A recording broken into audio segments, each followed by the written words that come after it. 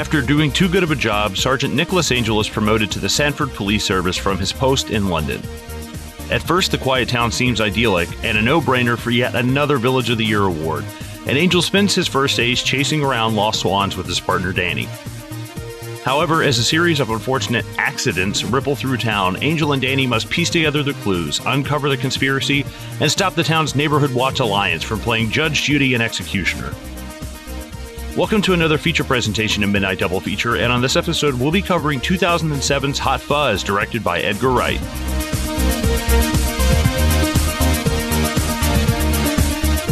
Hey everybody, welcome back to Midnight Double Feature. Here we are covering 2007's Hot Fuzz. With me, the Danny Butterman to my Nicholas Angel, with a great big bushy beard. How you doing, Zoheb? How you doing? I think it's Nicholas Angle, right? Isn't it? It's Angle? Is it Angle? Can I get your autograph? I love you, you hag. I'm so glad to be doing this, man. Me too. You know he's named after, there's a guy, it's like a music guy he's named after, Nicholas Angel. That's a real dude who's like in the crew of like Shaun the Dead or something, and they were like, can we use your name? Yeah. He's like, yeah, fucking go for it. I read about that, yeah. I also did some reading about this movie. Well, it's just right off the rip. It's like literally, like that just shows you how in-depth Wright's movies are, that like literally a character name is like already has this like crazy little tail to it. But anyways, guys, if this is your first time checking out the show, welcome. If you are a constant listener, welcome back again. We hope you guys enjoyed this episode, part 2 of the Cornetto trilogy. It's been almost 4 years since we've done a Cornetto film. We space these out very, very few and far between. These are some of my favorite films of all time. I know Zoheb likes them a lot as well.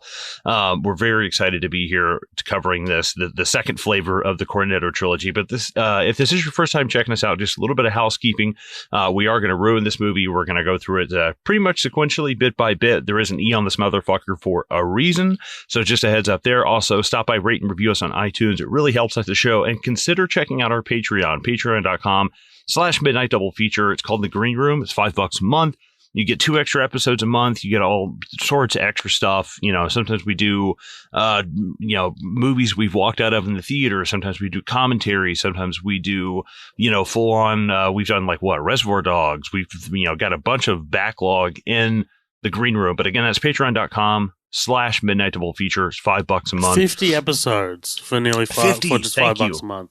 I was like, fuck, hey, that's like $1 an episode, man. Yeah, man, no. That's that's highway robbery, dude.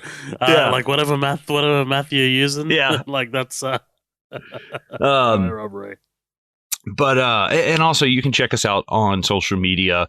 We're on Twitter at MDF Pod. We're on Facebook at Midnight Double Feature. You can find a group attached to that called The After Party. Everybody's invited. It's where we post our memes and post news, social stuff like that. But with all that out of the way, guys, welcome. Hot Fuzz, here we go. Zoheb, this has been a long time coming.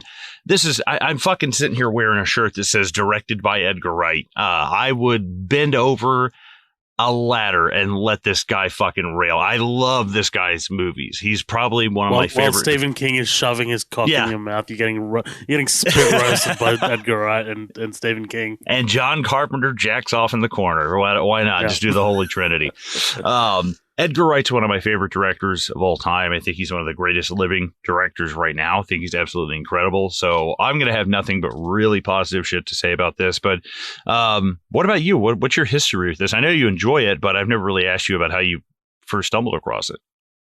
Yeah. So it's interesting because I kind of need to go back to 2007 because obviously that's when this came out. And a friend of mine mentioned this at school one day. And I'd seen a trailer for it, I think. At that point, I was 14. We were in 8th grade. And it's funny because, this is when we were kind of used to pirate movies. And my dad comes home with this DVD, this disc, and it's kind of like this new format of pirating. Fucking ridiculous now. But basically, it had 3 or 4 movies on there, and you can kind of choose which one to watch. One of them was this movie, Hot Fuzz. One of them was a movie called The Marine, which is John Cena's first acting movie. Oh, I remember that. It's terrible. Yeah. but the villain is Robert Patrick, and he looks like he's having the blast in that movie. Um, another movie, the other movie was called Funny Money with Chevy Chase, which is actually kind of hilarious because it feels very much like a sort of a Faulty Towers sort of like comedy, like a farce comedy. It is a farce. Like, like basically the story is this guy kind of like, he's coming home from work one day and on the subway he switches like his briefcase with someone else, and in that briefcase is like $1 million. And like he kind of goes home and like he's like, honey, pack the bags, and then like like the wife's like, oh, I just invited all these people over, and then the cop fucking balls up and is like, yeah, I'm looking for this briefcase, and it turns out the cop is corrupt. Yeah, very hijinky. Yeah, very hijinky, but like honestly, really worth checking out because I remember loving that movie and I kind of want to watch it again. But yeah, the other movie was this Hot Fuzz, and that's like when my brother and I got that DVD disc, we watched The Marine a lot because. I mean, we're 14 years old, right? It's John Cena. He's kind of like this name that we'd seen in wrestling or whatever. And it's a cheesy action movie. And then one day, I think I was home from school, and I scrolled up, and I was like, let me watch this movie. Let me watch Hot Fuzz. Let's see what this is about. And man, did I have a blast! Did I have a blast with this movie? Because at that age, at 14. I didn't really understand that they were sort of sending up the action genre. I didn't understand that they were making fun of it or, paying homage to it. I kind of took it as a serious action sort of mystery film. Mm-hmm. And it 100% works on that level, dude. Like, I mean, as you're watching it now, you know that Edgar Wright is kind of taking the piss out of the genre, very much like he did with Shaun of the Dead. But it's not like taking the piss out of it like Scary Movie does. You know what I mean? It's not like that kind of like, we're going to pay direct reference to these movies and we're not going to do anything else in particular. But this movie is just like, all right, we're going to pay homage and respect to these movies like Bad Boys 2 and Point Break and Lethal Weapon and these classic, Dirty Harry, these classic like action sort of like hard-boiled detective police stories. But also at the same time, we're going to have really confident action. We're going to have a great script. We're going to have great comedy. We're going to have great editing. And we're going to have great music. And it's just like, this movie kind of works on like if you don't know what this movie's taking the piss out of, it works perfectly well on the level of just being a movie by itself to entertain you.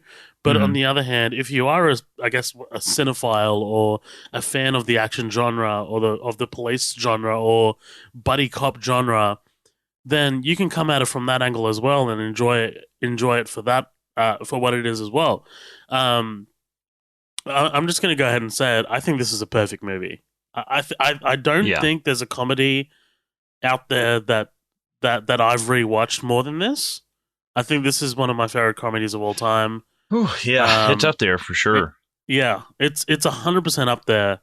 I have rewatched this so many fucking times. My brother and I absolutely quote this movie all the time. And I think it's a perfect movie. There's not one thing I would change about this movie. There are no sort of like lulls or points in the movie where I just start losing interest or checking my phone or anything like that. This is engaging from start to finish, and it's a combination of Edgar Wright's directing style, the quick cuts, the editing, and the sound design, but it's also the fantastic script. It's also Simon Pegg playing it super straight, like he's a. It's a long way from Tim Bisley in Spaced, Yes. He's not doing a sort of like comedic thing. Like, he is the straight man, and then he kind of like becomes a bit softer around the edges as he meets Danny Butterman, and the plot goes on. But not only that, like, it's a really compelling mystery. Like, you really do wonder who this person is in the cloak, in the hooded cloak, and you're just like, man, like what's going on here, man? Like, well, what's all this about? Coupled that with some really gnarly kills.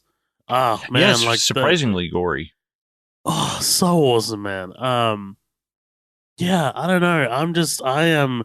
This is absolutely one of those list movies that we've talked about, and we've had in the background over a couple years, and you know we're always afraid to touch movies like this, but I'm so glad. I'm confident now. I'm confident enough now to cover it, and I can't wait to talk about this movie, man. Thank you so much for picking this. Finally. Finally, good lord. Yeah, absolutely, dude. No, I second all of that. I mean, there's very few movies. I would put this up there with like Young Frankenstein. I would put this up there with like The Birdcage. I think that Hot Fuzz.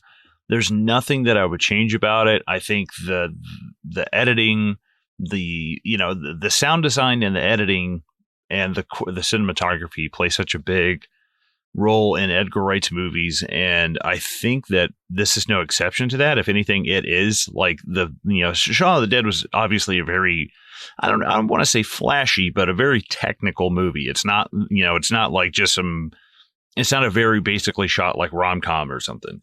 But this one, even more so, this one has more action in it. There's obviously a lot more gunplay than in Shaun of the Dead. So I think that comes into factor as well.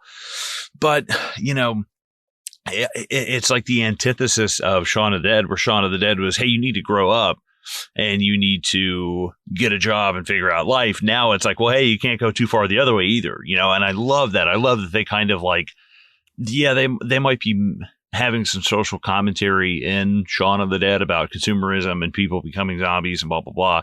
But Hot Fuzz is the call out to the call out. It's the thing saying, hey, also you can't go too far the other way and become, this like fucking like Nicholas Angel's basically Judge Dredd, like nothing fucking gets by him.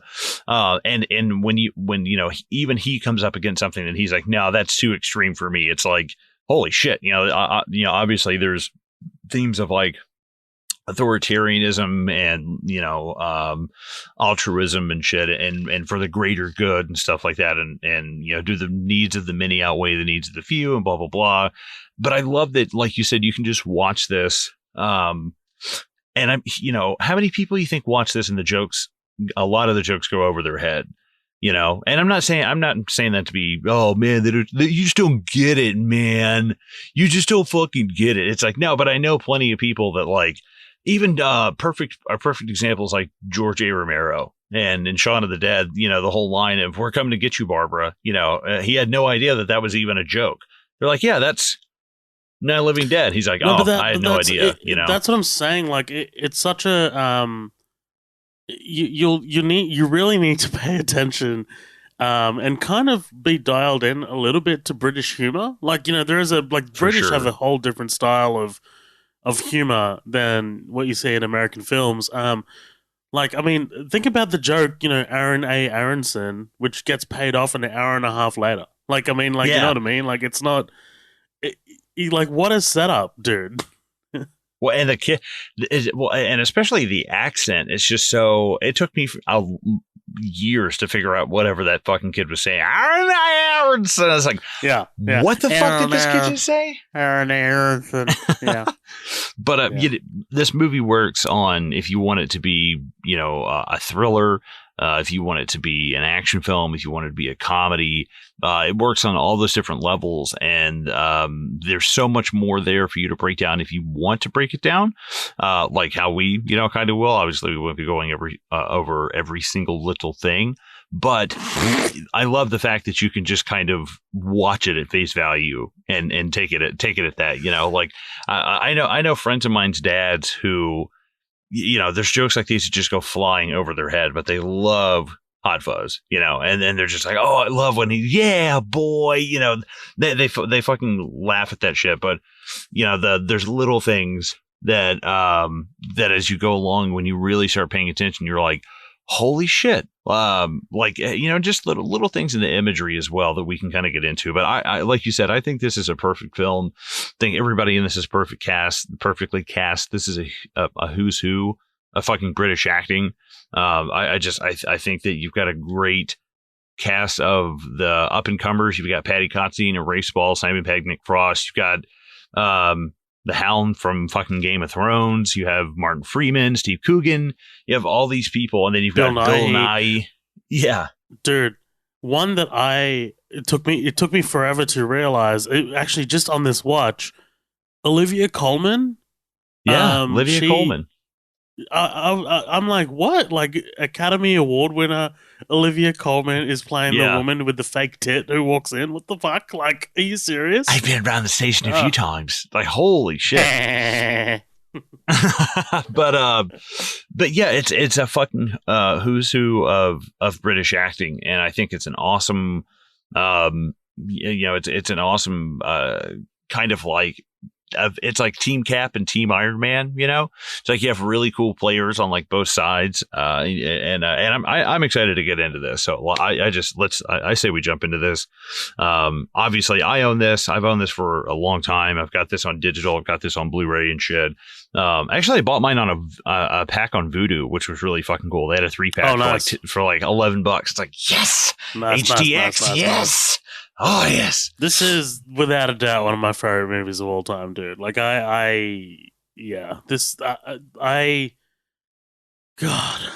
what a movie, man. I still quote it. I don't even know what situation I quote Farmer's Mums. Like, I don't understand. That's one of my favorite jokes in the entire movie. One of my favorites that goes by real quick is when he's chasing the shoplifter and he jumps over the hood and just goes, "Tosser!" And he just yells like "Tosser" at him. Or, what is that one where he's like, "Sergeant Nicholas Angel," like "Prick, wanker." Like that's just some of my favorite little things. Oh, I love this also, movie. Timothy Dalton is aces in this fucking movie, dude. Like he's one of the best parts of this movie because he's so tongue in cheek. Like he knows exactly who he's playing and what kind of character he needs to be. Yeah. Like when he rocks up for the first time, he's like, "I'm a slasher. I must be stopped." And like it's so fantastic because he's such a brilliant. I'm not going to say red herring because he is part of the alliance. Yes. But like he's very obvious, Yeah, he's intentionally set up to be the first person you'd suspect, but it's brilliant. Oh, let's get into this, man. I'm so excited. Yeah, absolutely. I love those. I love the way this movie starts, but I got to give it to Shaun of the Dead for the way that dun dun dun da da da dun the special song. It's like, oh man, I can't. I love the way Hot Fuzz starts. But dude, there's just something about the way Shaun of the Dead starts with that fucking special song. But I kind of wonder, man. Like it feels like with these two movies, and I know, The World's End is the last movie in the trilogy, but like it feels like with Shaun of the Dead, Edgar Wright was deliberately speaking to you as a horror fan, and in this one, he's deliberately speaking to me as an action film fan. Yeah. Oh, for sure. Absolutely. And as much as I love Hot Fuzz, I do think I personally prefer Shaun of the Dead more than Hot Fuzz. But I mean, dude, it's like trying to pick, what your favorite sexual act is. It's sex either way, but it's just, it's not, it's just kind of, it's going to be great either way that you spin it, but we're introduced to Nicholas Angel right off the bat. Obviously, he's pretty much the sheriff of London. He's a fucking badass. Sergeant Nicholas Angel. I love the voice. The voiceover is so like, I think he's a badass. Yeah, that's got to be Martin Freeman. I'm pretty sure it is Martin Freeman. It sounds just fucking like him. So, but I never got verification on that, so I would be like, "Well, it definitely is Martin Freeman," and someone would be like, "Oh yeah, that's Gillian Anderson." But fuck, just be like totally fucking off. Dude, the freeze frame of I've just got to pause and like when Martin Freeman's talking to Nicholas Angel and like he's like, "You've been promoted to." He's so good, by the way, as the sergeant. I love Martin Freeman in anything, but like in South Gloucestershire. He's like, yeah, in South Gloucestershire. And then like he's like, yes, he did. One day I'd like to move to the country, didn't he? Yeah. And I love like seeing him. He gets Steve Coogan in, and they do that stupid fucking smile. They both like smile. That middle management fucking smile. And then like. So when I was younger, this cut, like that, I remember that cut confused the hell out of me because I'm just like, whoa, where the fuck did Steve Coogan come from? Like, it looks like Yeah. he just like comes up from under the desk. Hello, Nicholas. How's the hand? And I love that a lot of these people are returned. Like Martin Freeman is in Shaun of the Dead. He's in Yvonne's little crew of people. And that little crew of people is like Matt Lucas from Little Britain, the woman in the bar in this movie who's like, check, I'm 53. She's Sean's mom in that group. Like that whole group is surmised of like a shitload of people that have worked in this Wright universe, I guess. But basically we see he's a total badass. He's got 9 different accommodations. He's, obviously he's trained in hand-to-hand combat, pursuit, both on foot and vehicles.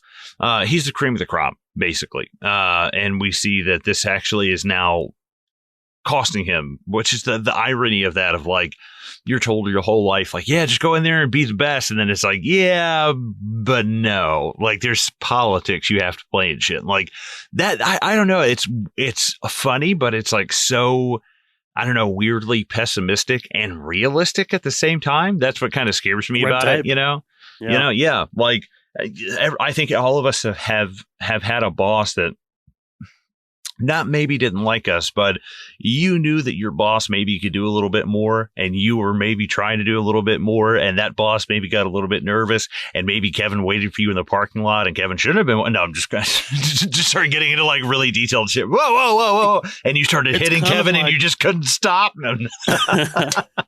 It's kind of like one of those things that, and I'm sure I've talked about this once before, but like in The Wire, the HBO show The Wire. Like that goes very deep into policing and like, the politics behind policing. It reminds me of like a moment in that when like, a body shows up in the river and one of the cops literally grabs a stick and pushes it down to the next precinct because floaters are so tough to solve. And Holy therefore shit. you'll ruin that precinct's clearance rate.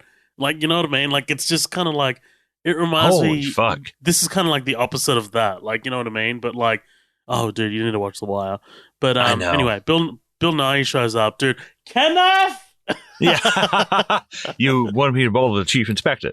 You're making us all look bad, dude. It's the micro shit with Bill Nye that I love. He's like, yes, I can. I'm the chief inspector, and he does that little face like. He does a little bite in it with his whole face. And it's like, what the fuck? That is such an insane choice. Like as an actor, I never would have thought of that. He does this thing that he does as Davy Jones in Pirates of the Caribbean, where he kind of like does that like little like Jack Sparrow. Like, It's the only thing I can really compare it to is like the Cowardly Lion from Wizard of Oz. Like, he's got that weird, I don't know how to describe it. It's a weird little bite that he does with his head that I just think is fucking great. Are we also going to sail right past Peter Jackson? Oh, yes. Well dressed as Father Christmas. I forgot all about that. Yeah, because right after that is Kate Blanchett. And the crazy thing that we're right after this, we're going to record Drag Me to Hell, the Sam Raimi 2009 movie. And obviously Sam Raimi's a huge influence on Edgar Wright, but also on Peter Jackson. I mean, you watch Dead Alive and it's like, dude, come on, that's fucking Evil Dead. Like that's it's. I mean, I'm not knocking like it. Early Peter Jackson backyard movies. Yeah. Dude, it's like, obviously the quality of them is nothing compared to like fucking Lord of the Rings and King Kong and shit, but they're still special. You can tell they're done by somebody who really loves that. And I just love the fact that all these guys are friends. Sam Raimi's friends with Peter Jackson. Peter Jackson's in Hot Fuzz. And I love that. I love to see these guys all get along. I was listening to a podcast and they were talking about, well, they were actually kind of like wondering how like, directors like Peter Jackson and Sam Raimi who, dealt with these like really low budget horror films, pretty much changed the face of blockbuster storytelling. Like they were just handed the keys to, like these giant blockbusters in the early 2000s, and they were like, yeah, we just grew up making fucking indie movies, fucking out of spit and gum. And, lo and behold, Spider-Man and Lord of the Rings. Right, yeah. Like, I mean, two of the biggest trilogies of the last, like, fucking 20 years, 25 years. We see Nicholas kind of basically get the boot. Oh, yeah, we haven't thought of what the team will say about this. He goes to see Janine, his on-again, off-again girlfriend. Says, you're never going to grow up till you find anybody who you love more than your job. You know, they kind of go back and forth. We think that there's actually some kind of modicum of grief in him until he realizes that the window's been broken from the inside at this crime scene. It's fucking so good, man. It's cliched, but there is a reason why cliches are cliches. I love that quote. Yeah, there's a reason why they are like tales as old as time. And it's the guy who's just wrapped up in his work and misses all the stuff and misses out on life, and this is also a huge thing with Nick Frost's character, Andy Knightley, in The World's End. This is the same thing that happens to his character. He's kind of loses his family because of being too wrapped up in work and shit. But basically he says, hey, I'm being transferred. I wanted to was going to go work for a while. Didn't want to leave without telling you. I do love that Edgar Wright is the guy who's like, it's like, no, it's Dave. Hello there. Like, that's 100% Edgar Wright. He pops up like 3 more times in this movie, and I hope I can remember to point him out. Bob. So Bob is Joe Cornish. He's a friend of Edgar Wright, but he's a director. He directed Attack of the Block. Yeah. Great movie. I think who is the crackhead with the Kalashnikov? I want to say that's Gareth Edwards or it's Joe Cornish. It's one of those two. Yes, I think it might be. I think you're on the money there. I think it's not. Yeah, it might be Joe Cornish. One of those two.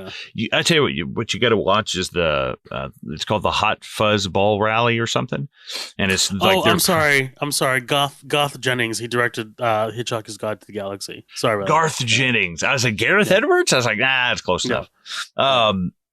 There's this documentary about their press tour for this movie where they're like going all the way, from Seattle to like Austin, Texas and stuff. And it's really, really incredible. I think it's called like the Hot Fuzz Ball Rally or something like that. It's on the DVD I have.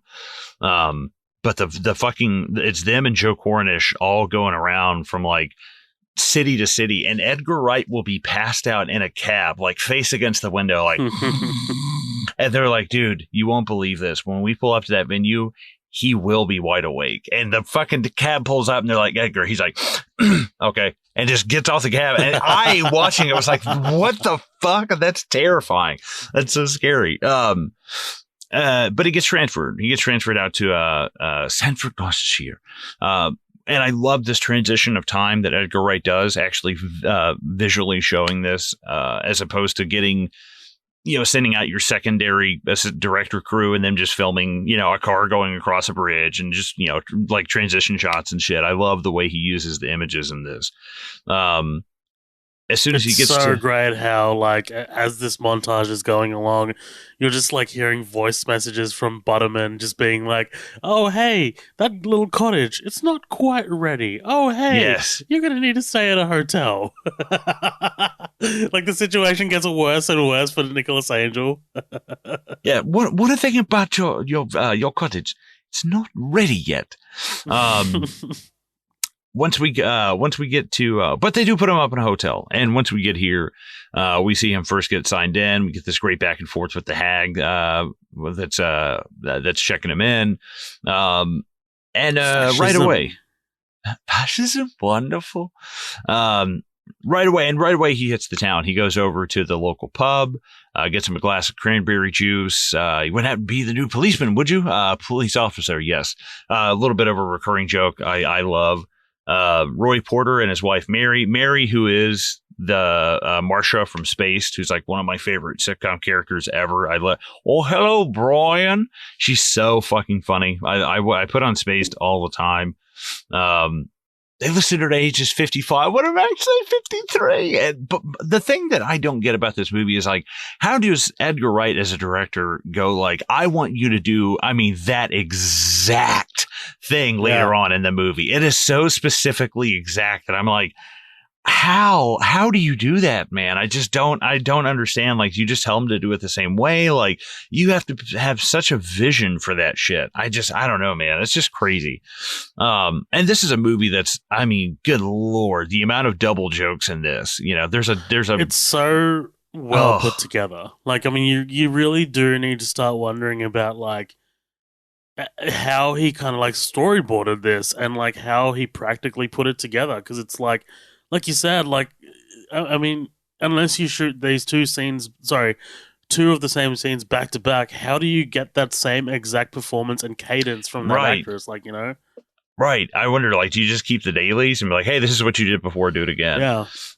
There is a really, for anybody who, and this is just fun from a writing aspect, or if you just love this movie, it's on YouTube, and it's Simon Pegg and Nick Frost around like 2008, 2009, and they have this giant flip chart, and it was like all of the shit and it's a giant, you just flip the page over and bring it back, and it's filled with shit about Hot Fuzz, just about, hey, this person's married to this person and they work here and they do that, but they're actually having sex with this guy and blah, blah, blah. And it's like a whole fucking town. They're like, we're just going to make The Sims, And I was like, oh, that's fucking gnarly, man.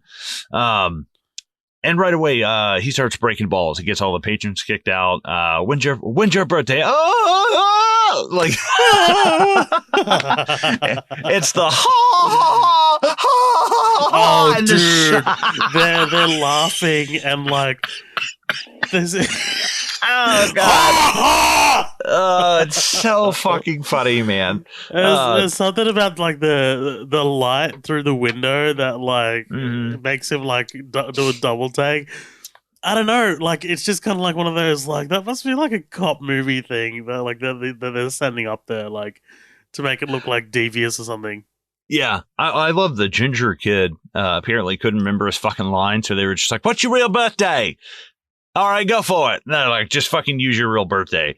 Like, how can you not remember one fucking line, like one date? Yeah. How can you not remember that shit? It's because they're really drunk.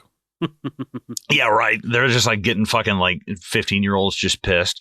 But he ends up clearing out the whole bar, having himself a nice cranberry juice. We're properly introduced to Danny Butterman when she tries to run Nicholas over. I'm taking you in. Where's the station? It's a great joke.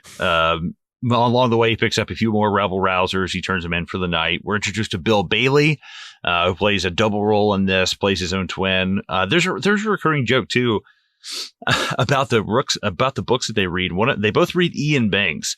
One of them has a book that's IAIN Banks, and the other one is IAN. I was like, Jesus, how do you... God, how do you even the level of detail that? In this movie? How, dude? There are setups. I don't even know if that's a written thing. Like that would be probably something that they just like. Let's put this in. Like a little, because it's not even like a scripted thing. Like I don't even think that's a scripted. Right, thing. but how even your mind to even think of that? Like, there's a joke to in Shaun of the Dead. I don't know if you remember when they're in the pub. And they're talking about giving Ed the rifle, and Liz is like, "I'm sorry, what's his experience?" It's like, Ed shot his sister in the leg with an air rifle once, and then fucking Nick Frost shoots the doctor in the leg with an air rifle, and I was like, "Oh my god!" I was like, "That's a joke that's like 5 years old, dude." Yeah. Like, that's a big joke to fucking be. It's just it's not obviously it's not a setup and a punchline, but it's a good like reference, back to the original movie. I tell you what did a great job of that is the show Community. If you say Beetlejuice fucking 3 times, he'll pop up, and they say it 3 times over the course of one season, and then in like the 9th episode, he finally walks by in the background. It's like, just fucking bravo, dude! Like, I gotta give it to you, man. That show is all kinds of inventive, man. Dan Harmon, right? Like, who created Rick and Morty? Is it? Yeah, him and Justin Roiland, I guess. Yep. Yep. Hey, I got a question. Did you like Last Night in Soho? Did we talk about this? We did. We talked about it for bonus. I think in all fairness, a fucking idiot. in all fairness, I think I need to watch it again. It's Edgar Wright, so I always enjoy it, but I think it's my least favorite Edgar Wright movie. But your least favorite Edgar Wright movie is still a goddamn good movie, like it's still great. Mm-hmm. It's still very, very good. But I didn't love it a lot. Yeah, I liked it a lot. Nicholas kicks everybody out. He ends up getting busting Danny, brings everybody back to the pub. They say he'll be useless till morning. They end up setting up all this paperwork. We see that he's very meticulous. Apparently that was something real life cops were like, no, it's a lot of fucking paperwork, man. It's a lot of shit that like people don't fucking like think of when it comes to the job, and they wanted to incorporate that. The next morning, we get this great jog with Nicholas Angel. We're introduced to pretty much everybody in the town. For the most part, we see the doctor, the preacher, the school teacher, everybody. One of my favorite little jokes is when he first meets Simon Skinner. So the tow truck guys, do you know what they're towing? Did you see what they're towing? I feel like I remember what they're fucking towing Danny's car from the night before. And I was like, oh my God. It's like the fucking continuity, clever, dude. It's like, it's not the most insane thing ever, but it's like, so, of course, he spent the night in the drunk tank. The car would get towed. It's like, that's such a small little way to like, I just love that, man. For anyone listening, because we have video, just you and I, Colin, your room is half full of cum already. Yeah, right. It's like a slip and it's like a slip and slide in here. It's awful. Yeah, it's like roller disco in the first Jackass movie. It's like in the back Six of the truck Flags right now. That's what it's like the end of Ghostbusters 2 when they just keep sliding in the museum. But we meet Simon. Like Scary Movie 2 when Scary Movie 1 when that guy just busts and like goes on the ceiling. That's what it looks like. Yeah, there you go. We are introduced to Timothy Dalton as Simon Skinner. Creepy ass fucking way to introduce yourself. Says he's a slasher of prices. He runs the local supermarché. He's so good, man.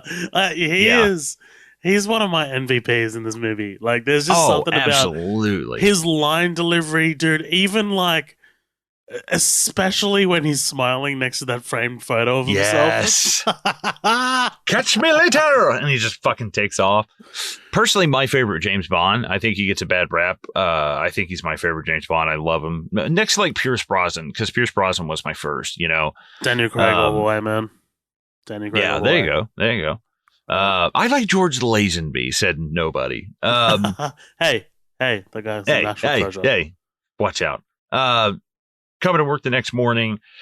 This is where Nicholas finds out that Danny, the inebriate in cell 4, is actually the constable's dad. You can tell by the look on his face, he figures out pretty quick. Yeah, okay. So this is some nepotism in action here going on.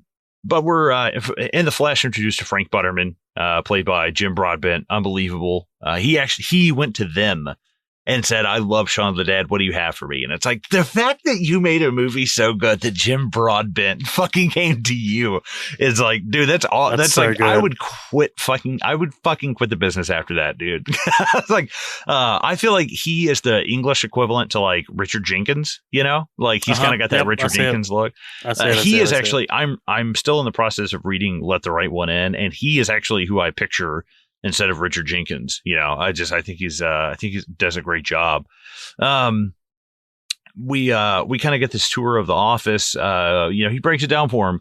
You're not in the city anymore. You know, basically you don't need to act like you're going to get fucking killed, every 5 seconds here. And he says, we had an officer here. He did a great job, but he had something you didn't. And what's that? A great big bushy beard. That's one of my favorite fucking lines from this movie. He takes him around the office. Again, something else that gets fucking paid off later. Yes. Like, an hour later. It's just crazy. Crusty jugglers. But we're interested. I'm not going to go through every single person in the fucking crew. Like I said, the Olivia Colman, a lot of fucking people. This whole movie, if we went through everybody in the cast, we'd be here for fucking 10 minutes. And we get the whole tour. We get some really good jokes. We're introduced to the two detectives. We're introduced to the Neighborhood Watch Alliance. We're introduced to the other sergeants. The important thing of this is we're kind of getting the tour of the station, and we're seeing the Neighborhood Watch Alliance. The fact that they have eyes basically on the whole damn village is pretty important. There is actually, what's really funny is when he's like, oh, it's those damn bloody hoodies. There's a subplot that's erased from this movie with the little blonde kid. the one who keeps popping up. He's in the class. He's like, "Oh, give the little blonde kid your hat," and he's the one at the end. He throws the spray cans to.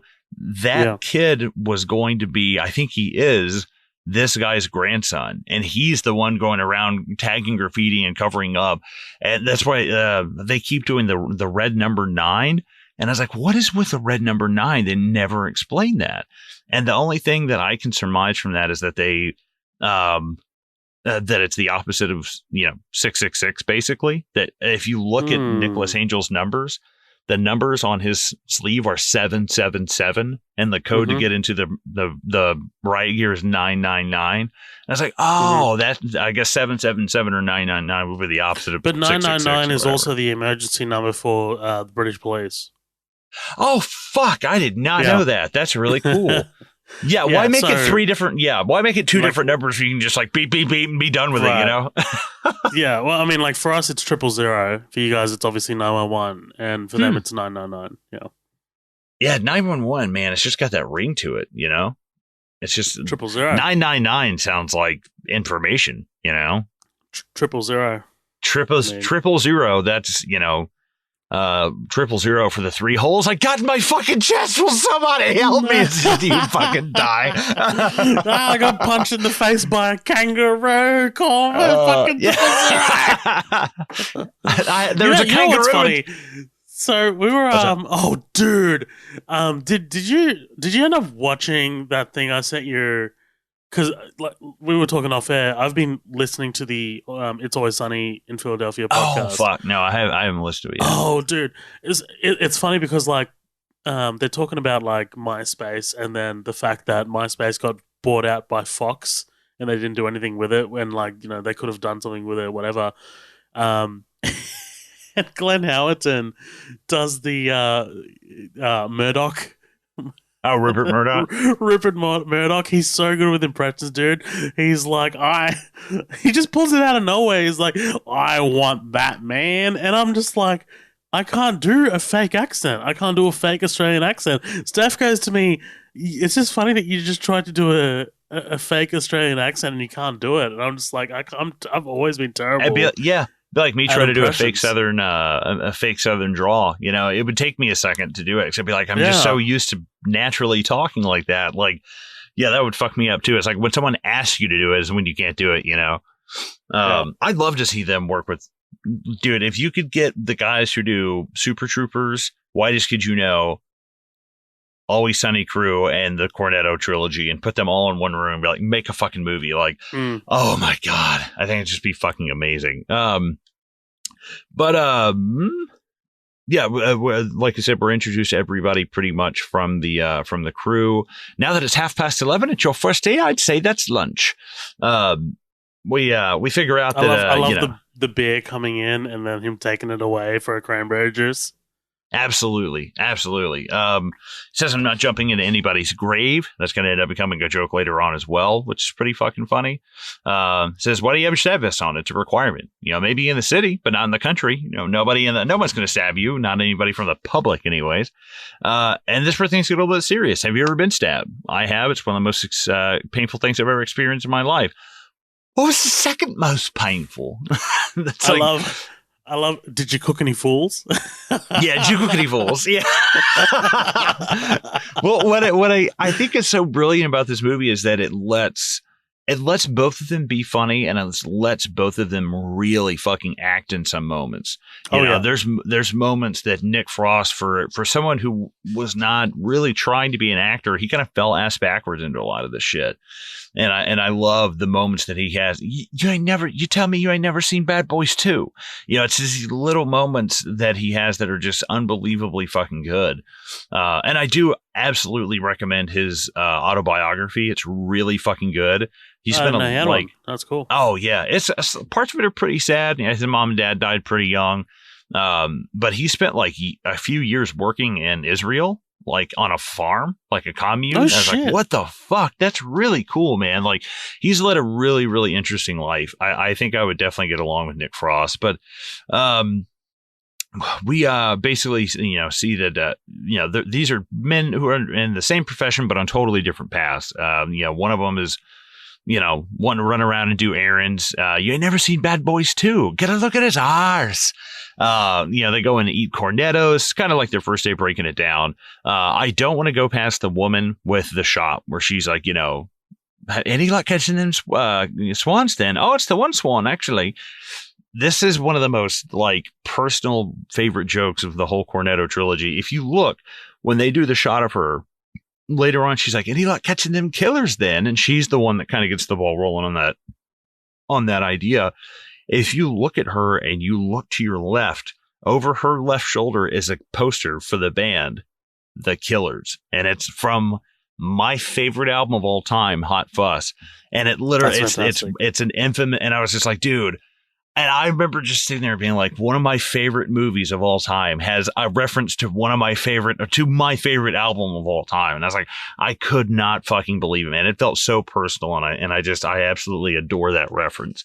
But first day's over with. I don't know. Thought you might want to go get a pint. I don't think that's a good idea. Do you? And we meet the Neighborhood Watch Alliance. We meet the doctor. We meet Leslie Tiller, Robin Thatcher, the doctor, Simon Skinner. We're already from Friends. Blah, blah, blah. I got a question for you. So, like, a lot of these NWA, by the way. I know. A lot of these NWA members have concerning last names. James Reaper, Simon Skinner. There's another one too that I'm forgetting. Dude, they're all Leslie Tiller. She's the gardener. A Tim Messenger delivers the news. It's like they're all profession. It's great. It's some of them are. It's like Mr. Treacher, Robin Hatcher for the guy who's the doctor. Yes. I was like, oh fucking hell, dude, this is so good, man. And obviously they do the same thing in World's End. It's Andy Knightley, Gary King, Peter Page, Stephen Prince. I was like, oh, fuck you, dude. That's so... Oh, Reverend Shooter. That's the other one. Reverend Shooter. Fuck off, Grasshopper. Yeah. We see that they're all just wrapped up with the living statue is what they're concerned with. We get a few more... we get a few more little insights to exactly how the police station thinks about Angel when his name gets printed Angle after going to the school, which is fucking. Is it true that there's a place in man's head? If you shoot it, it will blow up. That was in all the fucking trailers, dude. This movie came out when I was 17, and I saw trailers out the fucking ass for this. And I remember. I told Lindsay this the other day, my fiance. I said, when I first saw Shaun of the Dead, it was one of the first times that I remember actually feeling like I was on the ground level when something happened. Like Star Wars, Sopranos, all these shows and IPs that we love. It's like they really happened a long time ago. And we do get new ones that are good. But to have something like Shaun of the Dead and see that when I was, I think I saw it right when it came out. I really felt like I was there when it happened. It didn't come exactly out 5 years how later. That feels. I feel that same way with the MCU. I mean, like I remember sitting there in Iron Man with my mates from school, still in our uniforms because we'd watched it after school, and I was like, this feels special. Like this feels like something, Yeah, absolutely. And I felt that way about all three of these movies, and especially Hot Fuss. That that album. I was like, man, I really feel like I was right there when that happened. I'm so happy that I was there when that all that went down. The boys go hunting for swans. They start looking around. Stephen Merchant, Caliban himself from Logan. Love him, I love Stephen Merchant, man. I did not realize how much shit he was in until after Logan. I was like, oh, this guy's like premier British acting. Like, yeah, he's royalty, man. Like, he's in a movie. One of my favorite roles of his is so Taika Waititi, who directed Thor Ragnarok and What We Do in the Shadows. He made a movie called Jojo Rabbit, and basically it takes place in Nazi Germany. And Stephen Merchant plays a member of the Gestapo who comes in and like searches this kid's home, and he's yeah.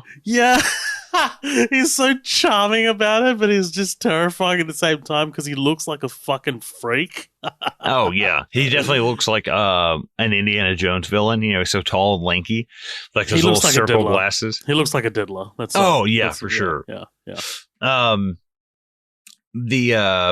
And we're really kind of going through the motions here and kind of showing some of his first forays into the town. We go looking after these swans. We're introduced to Mr. Treacher and what is that guy's name from Game of Thrones? What's his character called? Not the Mountain. The Hound.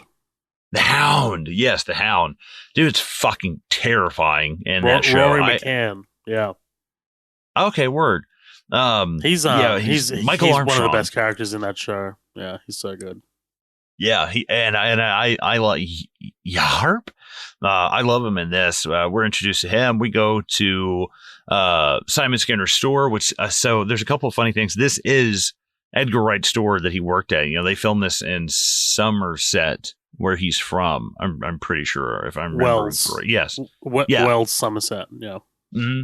And in fact, when they first say Sergeant Angel to the manager's office, when Simon Pegg is walking towards the camera, the guy pushing the cart in between us and Nicholas Angel is Edgar Wright. And I was like, fuck, that's so good. God damn it, that's so good.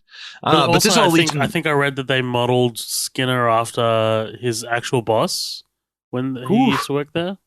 I wonder if that's a good or a bad thing. You know, I don't know, because he's so charming. Like Dalton is so charming in this, man. Like when he walks into the office, he's just sitting there with his feet up, and it's just it looks like he's had the time of his life playing this role. I can't get over Simon Skinner in this movie.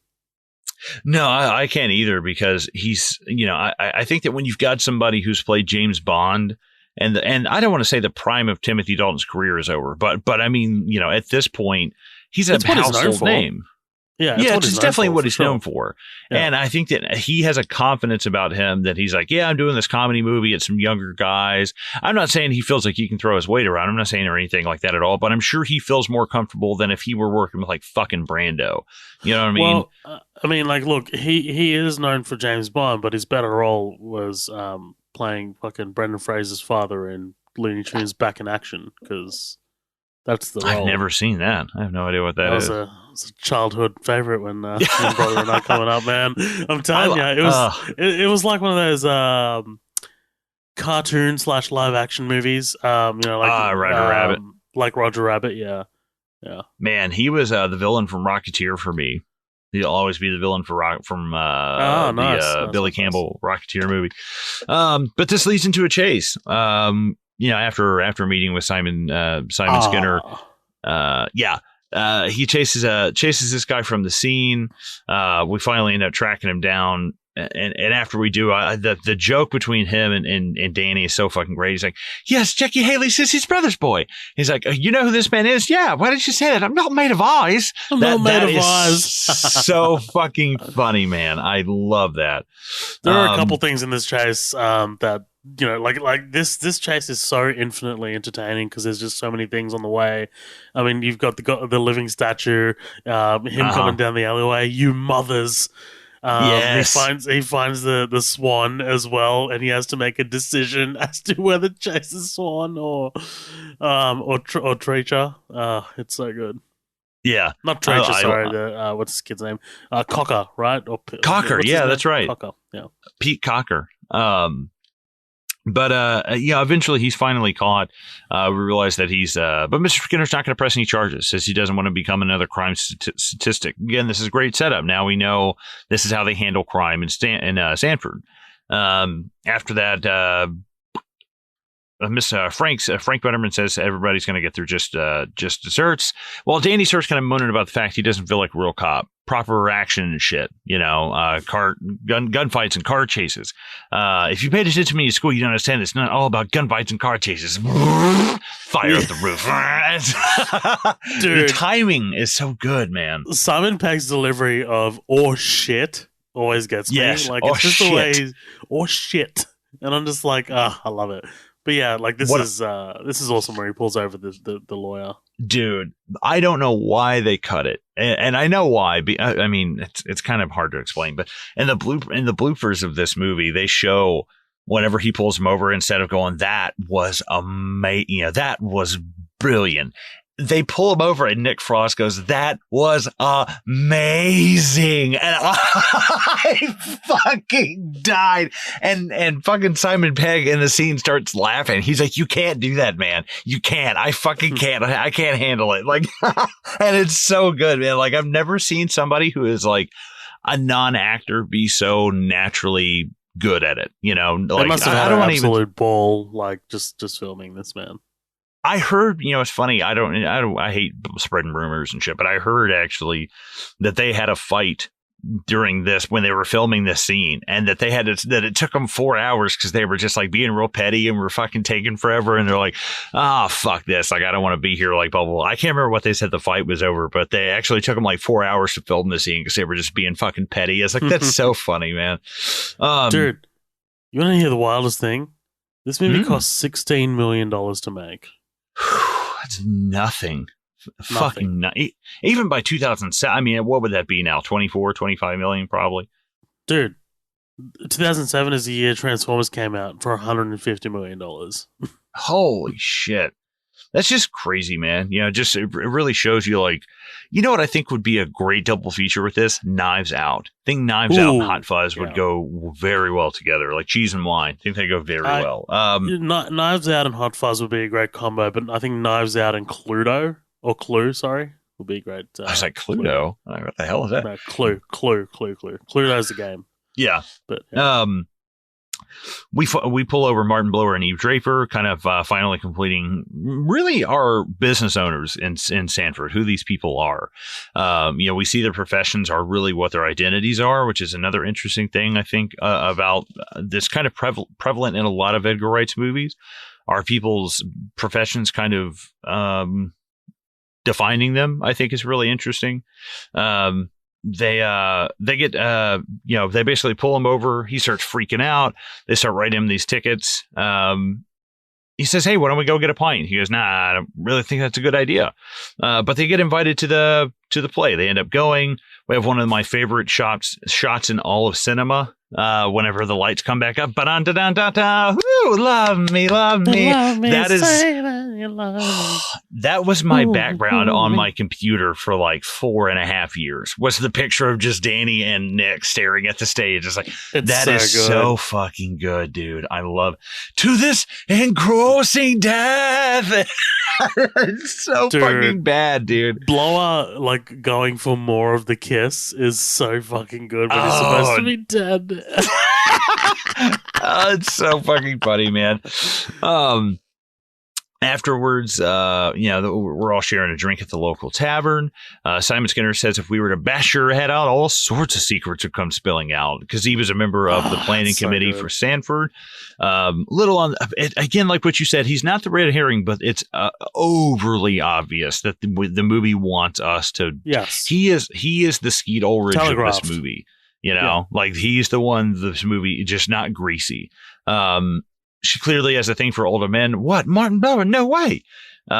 We just sat through 3 hours of so-called acting, Constable. Their kiss was the only moment in it.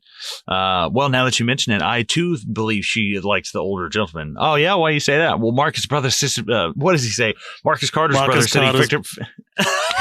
Marcus, dude, this is a line that I say, and one day Steph's like, "What did you say to me?" So Danny goes, "Yeah, Marcus Carter's big brother said he'd finger up the duck pond." Oh man, duck pond! I still say it, dude. I still say duck pond. And it's the lines like that he says so quickly, like when they're in the police station early, and he goes, "Yeah, because talking to them's an uphill battle, isn't it, Dad?" It's like, what the fuck did you just say? I have to put on subtitles when he talks sometimes because he's going so fast. He says, "Drive safe, Mr. Blower." They depart. Mr. Blower Danny's response. Oh, that's the bloke we just did for speeding earlier. I fucking love it, man. That's he's so good. He's so lovely. Like, God, he's so adorably naive and like cute in this movie. Like, you want to put like Danny Butterman like right in your pocket, man. So at this point in the movie, this is when like when they're walking past the alleyway and you see the hooded figure with the axe. Mm-hmm. This is the first indication of something's going on. This is a different kind of movie. Like, you know, like right. This is not just a cop moving to the thing and to a different town and just kind of getting acclimated to the country lifestyle. Mm-hmm. This is actually going to be a murder mystery story. Like, you know, because this Let me ask you something, just playing devil's advocate. Do you think the movie would benefit if they had cut that? Like if they had already cut the fact that somebody, you know, like not the fact that if they had cut just showing this guy. I guess I am saying if they cut this guy that early, but maybe it would add more of a level of mystery, more so than like, oh, we know we're just looking for like a hooded murderer. Like, do you think it would add anything? Do you think it would take any? Personally, I don't know if it would change much. But I think. Are you asking if they'd cut out the fact that we see this hooded figure in the alleyway and also cut where he actually kills Martin Blower and Eve Draper? Now, I think you can keep that, but I think you don't need to ever physically see the creature, see the killer, because I love the fact that Patty Considine at one point is like, what if you're the fucking murderer? All these murders started happening when you got here. And I'm like, that's kind of cool. Like, I kind of like that. And I'm not saying lean into it too hard, but I'm saying that by showing this hooded guy, maybe that does kind of, I don't know, maybe it kind of cools that pot too early. But to what? Like, how would that benefit? Because like, we've seen Simon Pegg from start to like up all the way to that scene in every scene. Like, we know that he's not the killer. So I don't know. I don't know. I feel like maybe that's just engineering mystery just for mystery's sake. I don't know. Yeah, I think that's fair. It doesn't hurt anything to keep that shrouded guy in there. I was just, I was kind of wondering. I'm like, man, I like this because it's a cool horror thing. Like that is a great like the cuts to the hooded figure are awesome because you cut through. You don't zoom in. It's like actual cuts, and we'll talk about that later when we get to Drag Me to Hell. Because like Sam Raimi does that same stuff where he does do a lot of zooms, but like he straight up like cuts to the character. Right. Yeah, absolutely. I was curious about it. I just wanted to pick your brain, but we get to the crime scene of Martin Blower and Eve Draper. We find that they've been decaffeinated. They've had their heads decaffeinated.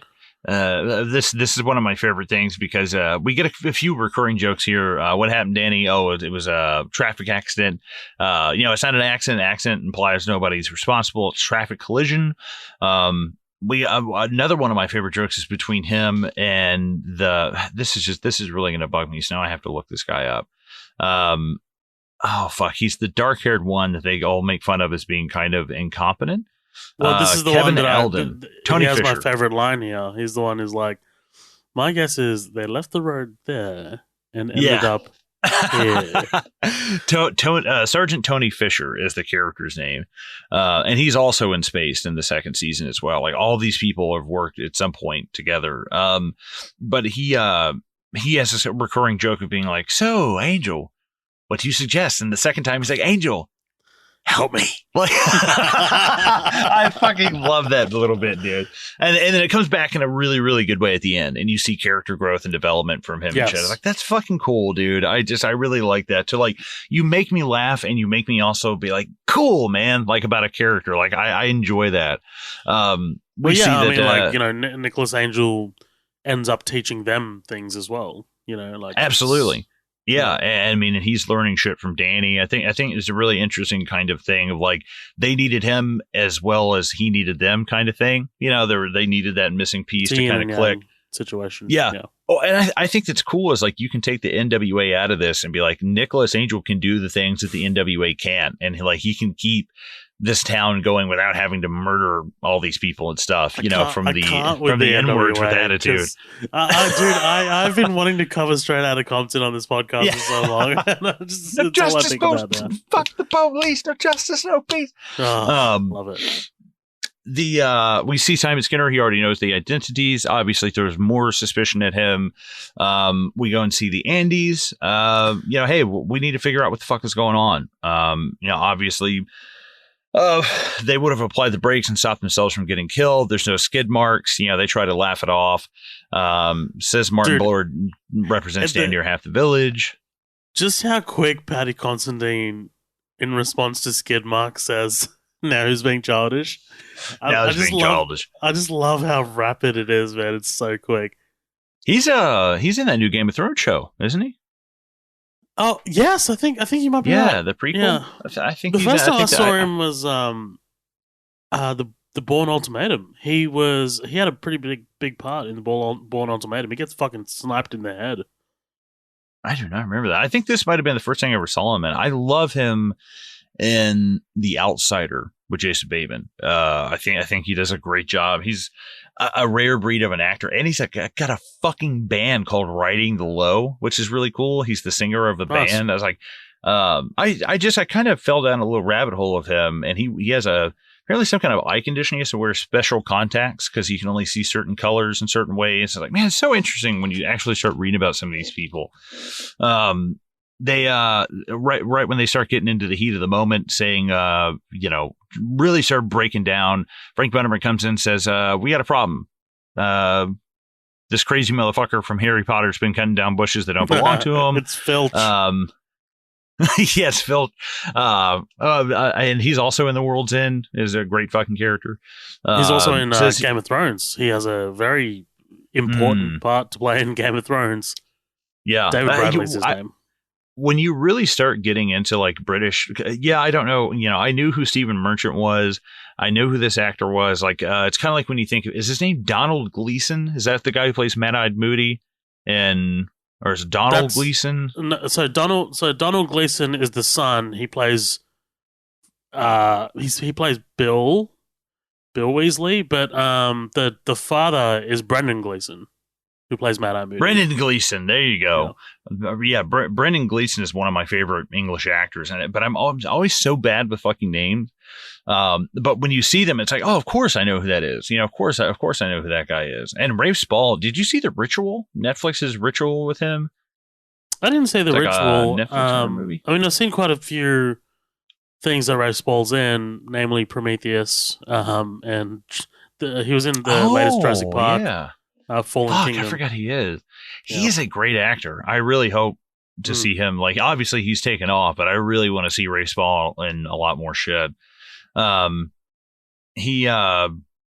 sorry. Yeah, I was just watching the guy we were just talking about from Harry Potter. There's a little goof that happens when the sea mine goes off. They show up and he runs out. He just hides behind a building that's like right in front of it. And the actor couldn't run fast enough. He's a kind of older guy, so he just hides behind a fucking building that's like right in front of the explosion. And he's just like out of frame.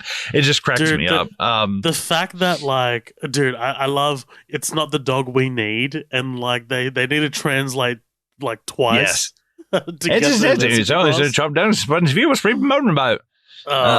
Brilliant. This is, dude. I mean, and I'm sure that you have these in Australia as well, but here in the South, they're starting to die out. But definitely got some boys around here. Sometimes you get like, I work with a guy. I don't want to say what his name is, but the guy I work with, but his voice is so low whenever he talks like this, it's kind of hard to understand what he said. And his voice is so kinda low like and country. Yes. We get those. It's so fucking hard.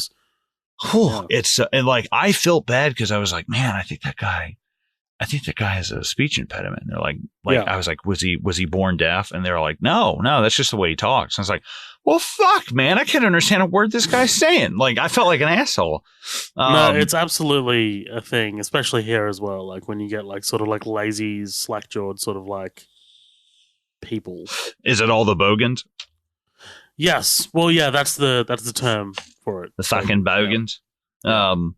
That for all I know, that's like me saying the N word in Australia, and No, it's like, it's not. hey, and it's like, I know, You can say but I'm just like, You can say bogan. How awful that would We be. lost all of our Australian listeners. Thank you so much for listening, ladies and Yeah, gentlemen. we alienated fucking like 50% of our audience. But they get this collection. God, where'd you find all these weapons? Wow, says he found them. One of my favorite jokes in this whole movie is he goes, I suppose. Well, yes, I suppose. That's one of the best lines from fucking Nick Frost. It's so good. They bring in all these guns. They almost set off the sea mine. Again, another recurring bit. Coming back. You know what this movie is it's a bunch of boomerangs, and they throw 15 boomerangs out in the first 20 minutes, and then by the end they're all going to come home. Like they're all going to land right where they need to land, and I love that. We get a great setup when they go to the bar. He decides, hey, what, I don't know, it's pub. They decide to hit up the town. They actually have a few drinks. Yeah, Roy. That's one of my favorite bits. Love that bit. Oh, dude. No, one of my favorite bits is my brother quoted all the time. We have red or white. Well, yeah, white. We bump back into the detectives and Sergeant Fisher. They say, hey, we're out of work. Fuck off. Stop talking about work. We're not doing this. But Nicholas isn't having any of it. He goes to the table, starts writing down. But, this doesn't even really deter Danny. Danny's like, hey, I think that's amazing how you fiddle away like that all the time. But this is the first time we really have a solid, like, heart-to-heart moment with these characters. And it's really important, so I do want to take a moment to talk about this. But the fact that this is the first real emotional kind of backdrop we see in Nicholas Angel, and we're 47 minutes into the movie. That's kind of crazy. That's kind of crazy that we're finally getting the backstory to these characters. But I think what's important is that, like, the way this movie is set up is that, like, we set up Nicholas Angel as this badass, and we think that we're going to get, like, a British police car chase movie. They pull that rug out, and then all of a sudden he's this, cop in a small town, and then they pull that rug out. So we haven't really had any time to develop any of our character. And I mean, other than like the surface level, stuff like backstory and shit like that. So I think it's interesting to do that here. But most movies, it's like doing that at the fucking 50-minute mark would be insane. But somehow this movie pulls off, not only for one of them, but for both of them. But they play their characters so well. It's you learn so much about them just from their performances. We don't need a whole lot of exposition, but it's fine to get it right here, because now it would be nice to learn a little bit more. And what we do learn is that Simon Pegg always wanted to be a police officer, had an Uncle Derek, was apparently a really good guy. Sounds like a good bloke. Actually, he was arrested for selling drugs to students. What a cunt. It's so fucking great. He says, then the tomato sauce, the ketchup, it just comes out of nowhere. Again, another boomerang, It's like, what the fuck? Like, the first time you watch this, it just comes out of nowhere, but it's Simon Pegg's reaction that sells that transition, because it's hard to transition off that, like, what the fuck is that? But it's his reaction that really sells it. And then pays off at the end as well. Absolutely. But we get great backstory between them. We learn that his mom died in a traffic collision. I love the fact that that Danny actually changes his vocabulary on it. He actually says, what made you want to be a policeman officer? What made you want to be a policeman officer? But it's just it's really good to finally kind of humanize these guys. Like, we've laughed with them, but now we really need to start investing our emotions in them as characters. We see that not Martin Blower. Fuck, I get their names confused. George Merchant is mourning the death of Eve Draper, and Martin Blower says that he's we get set up and pay off on that joke about getting a little drunk, which is fucking great. That's another, just, again, it's the micro jokes of, like, I used to try to get people to like Edgar Wright, like my brother Austin. I love him to death, but for years I'd be like, dude, you need to watch this movie. And it wasn't for a long time after that he finally watched Shaun of the Dead, and he was like, dude, yes, that movie is fucking amazing. But I was like, yeah, but it was so hard. Like, some people, this isn't their cup of tea. And as much as I don't want to agree with it, I can understand why this might not be somebody's speed, because it is a joke every fucking 8 seconds. It's like, dude, I can't even take a bite of my popcorn or take a sip of my drink, and it's the same way I try to get people into Futurama, and they're like, dude, it's so many jokes in the background on a shelf, a character walking by, there's so many micro jokes that are do you know what I mean? It's kind of hard to pull somebody into a show like that. And look at you, here you are years later on a podcast still determined to tell people how good Edgar Wright is. Yeah. I mean, I only get one of these every 4 years. And I was like, man, it's been a minute. And I'm so happy that we finally covered this. You like the Creeper and Jeepers Creepers. every 4 years I come out, I eat a kid and I'm like, hey, watch Edgar Wright. And I run back into the woods. But we bring George Merchant back home. We drop him off. Great joke with the 20 quid, which I really love. We've really set up this moment between Danny and Nick really well, where he talks about actually, turning off. He's like, I can show you how to turn that brain off. And the funny thing is, what I heard about this movie is that they actually had a romantic interest for Nicholas Angel. They had this woman that worked at the station, and they said once they cut her out, the movie worked because Danny is the romantic interest. Yeah, he is the romantic interest. It's a bromance, absolutely. Yeah, and I don't mind that at all. It doesn't have to be a character arc. Doesn't always have to involve getting laid and romance and shit. It can just be you making new friends and moving somewhere and becoming a different person and getting your shit together and maybe loosening up a little bit. I really enjoy that.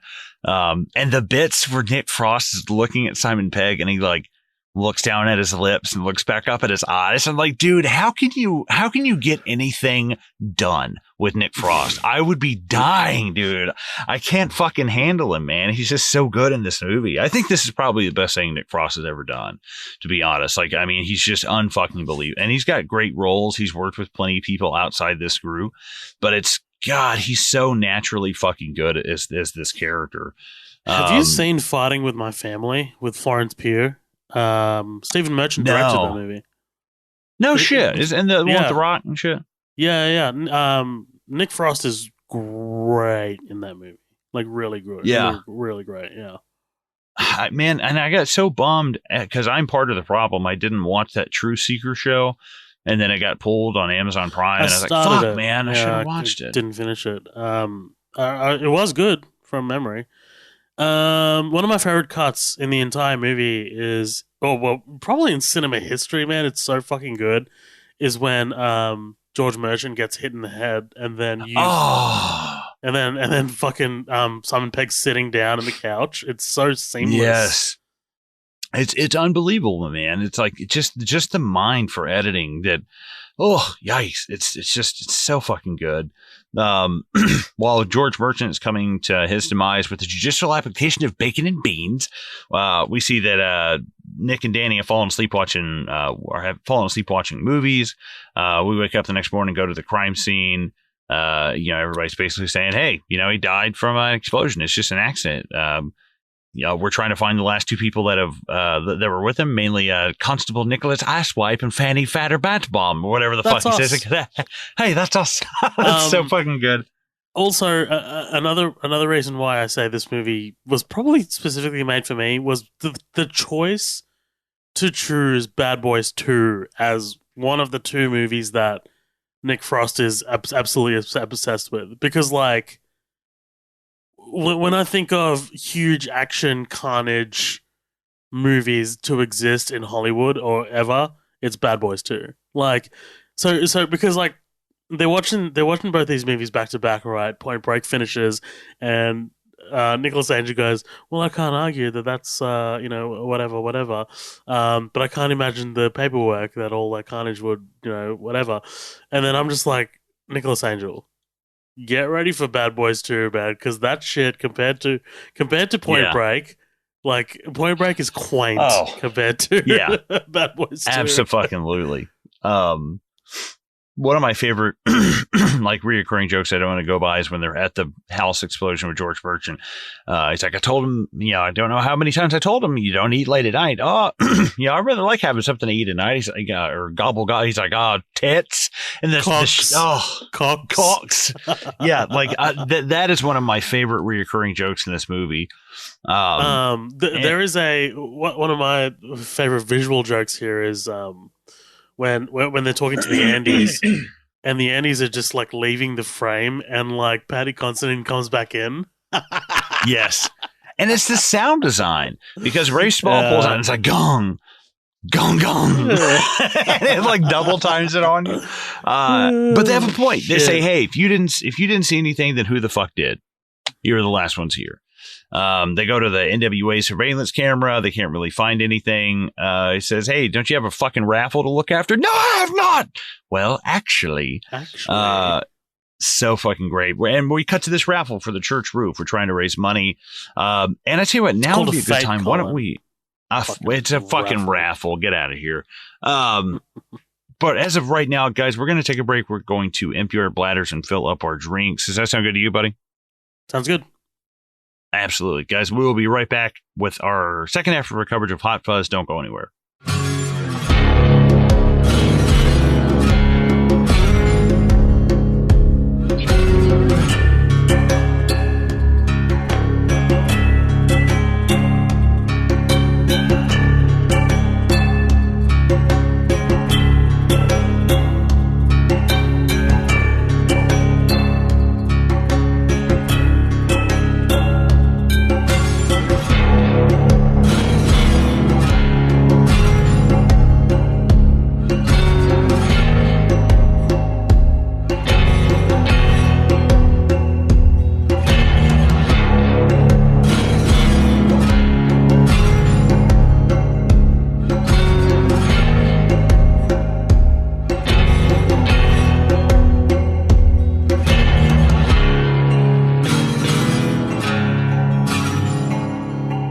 What's up, motherfuckers? Yeah, we're freshly squeezed. We're coming at you with the second half of our coverage of Hot Fuzz. Jumping back into this fate and or raffle, as we like to call it in the States here, for the new church roof that's in dire need of repair.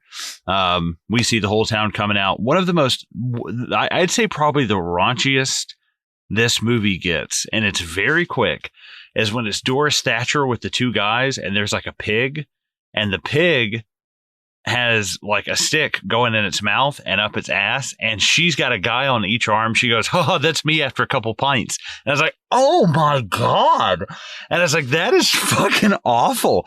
And, these movies don't like, yeah, they curse and they get kind of like, lewd, but they don't get like that. Like her getting fucked by two guys at the same time. I was like, holy shit. Basically her whole character is like she is constantly asking for a gangbang. The entire right, and it's so I don't know, like a lot of characters aren't like that in Edgar Wright movies, but it is nice to see that they can get down and dirty in those kind of jokes. I'm like, ooh, that is fucking bad, dude.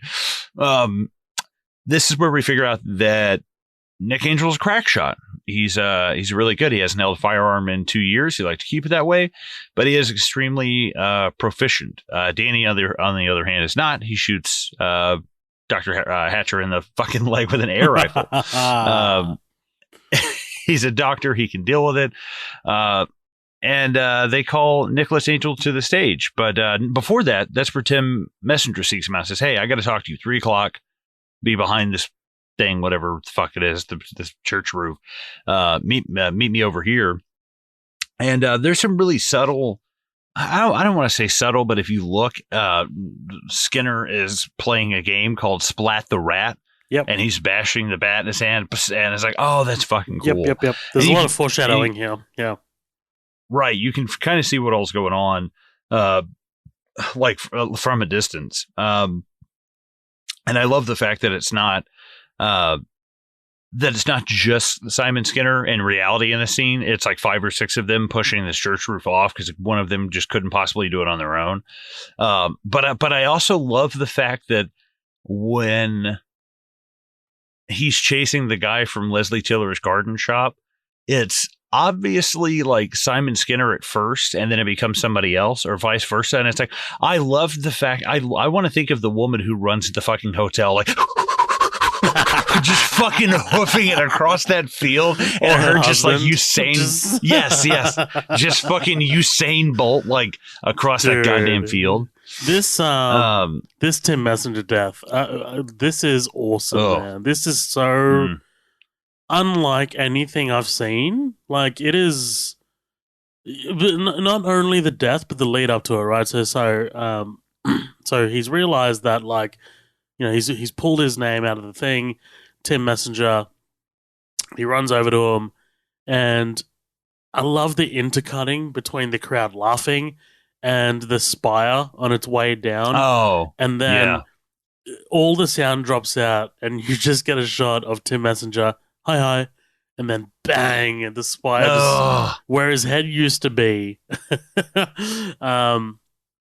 It's a gnarly death. One of the most gnarliest deaths I've seen in a very long time in any movie. Yeah, he winds up looking like a Silent Hill fucking character. Yes, perfect.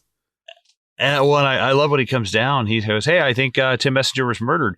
They're like, "Who would do something like this? Maybe it's the Swan. Apparently, they could break a man's arm or blow up a man's house." That's one of my favorite fucking jokes, man. That's so good. He says, "Hey, well, let me get this straight. You think this is a murder?"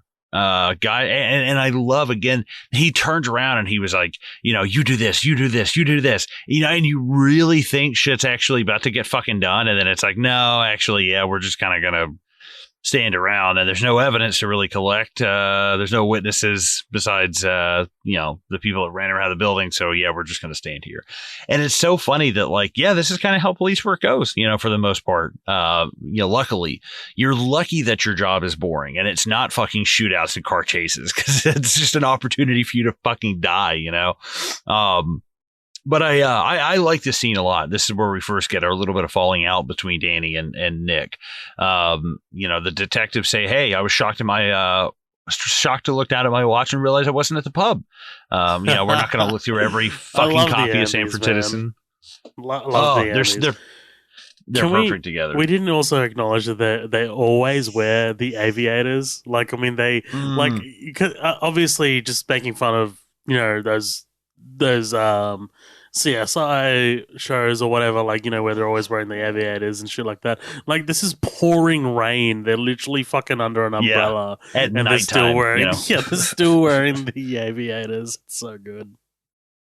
Yeah, I love the fact that they have a relationship similar to Nick and Andy's, or I'm sorry, Nick and Danny's. Yeah, but that they are kind of like the opposites of them. I just think is so fucking great. He says, "Hey, maybe we should go home. Nothing really going on." He's like, you know, there's always something going on. You won't be a great police officer until you learn that. And he goes, well, also, I learned something else you taught me. You don't know how to switch off, which is a great moment. I like that a lot. You know, we see this bit of falling out. He comes back and finds the sweet and cuddly monkey that he won for Danny on the bed. And I believe this is where he really starts kind of putting all of these pieces together, right? Where he starts kind of putting together exactly what the hell is going on, in the town. One thing that we kind of went past very early on in the movie is when he's on the way to Sanford, or he's already at Sanford, but he's reading a newspaper, and on the back of the newspaper, there's a headline, mystery over bypass or something like that. Like, they're already talking about the bypass in the newspaper, which obviously is a foreshadow of why Sanford needs to be as good as it is. Yeah, and I love this. One of my favorite parts about this movie is that you really do think there is some kind of grand, like, Copland level conspiracy about all the people that live in this city, in this town. But really, it's really simple. You know, it's not, you know, it wasn't for money. It wasn't for power or, you know, for fame or anything like that. It's just that they wanted to keep a utopia. Like, that's kind of crazy. Reputation.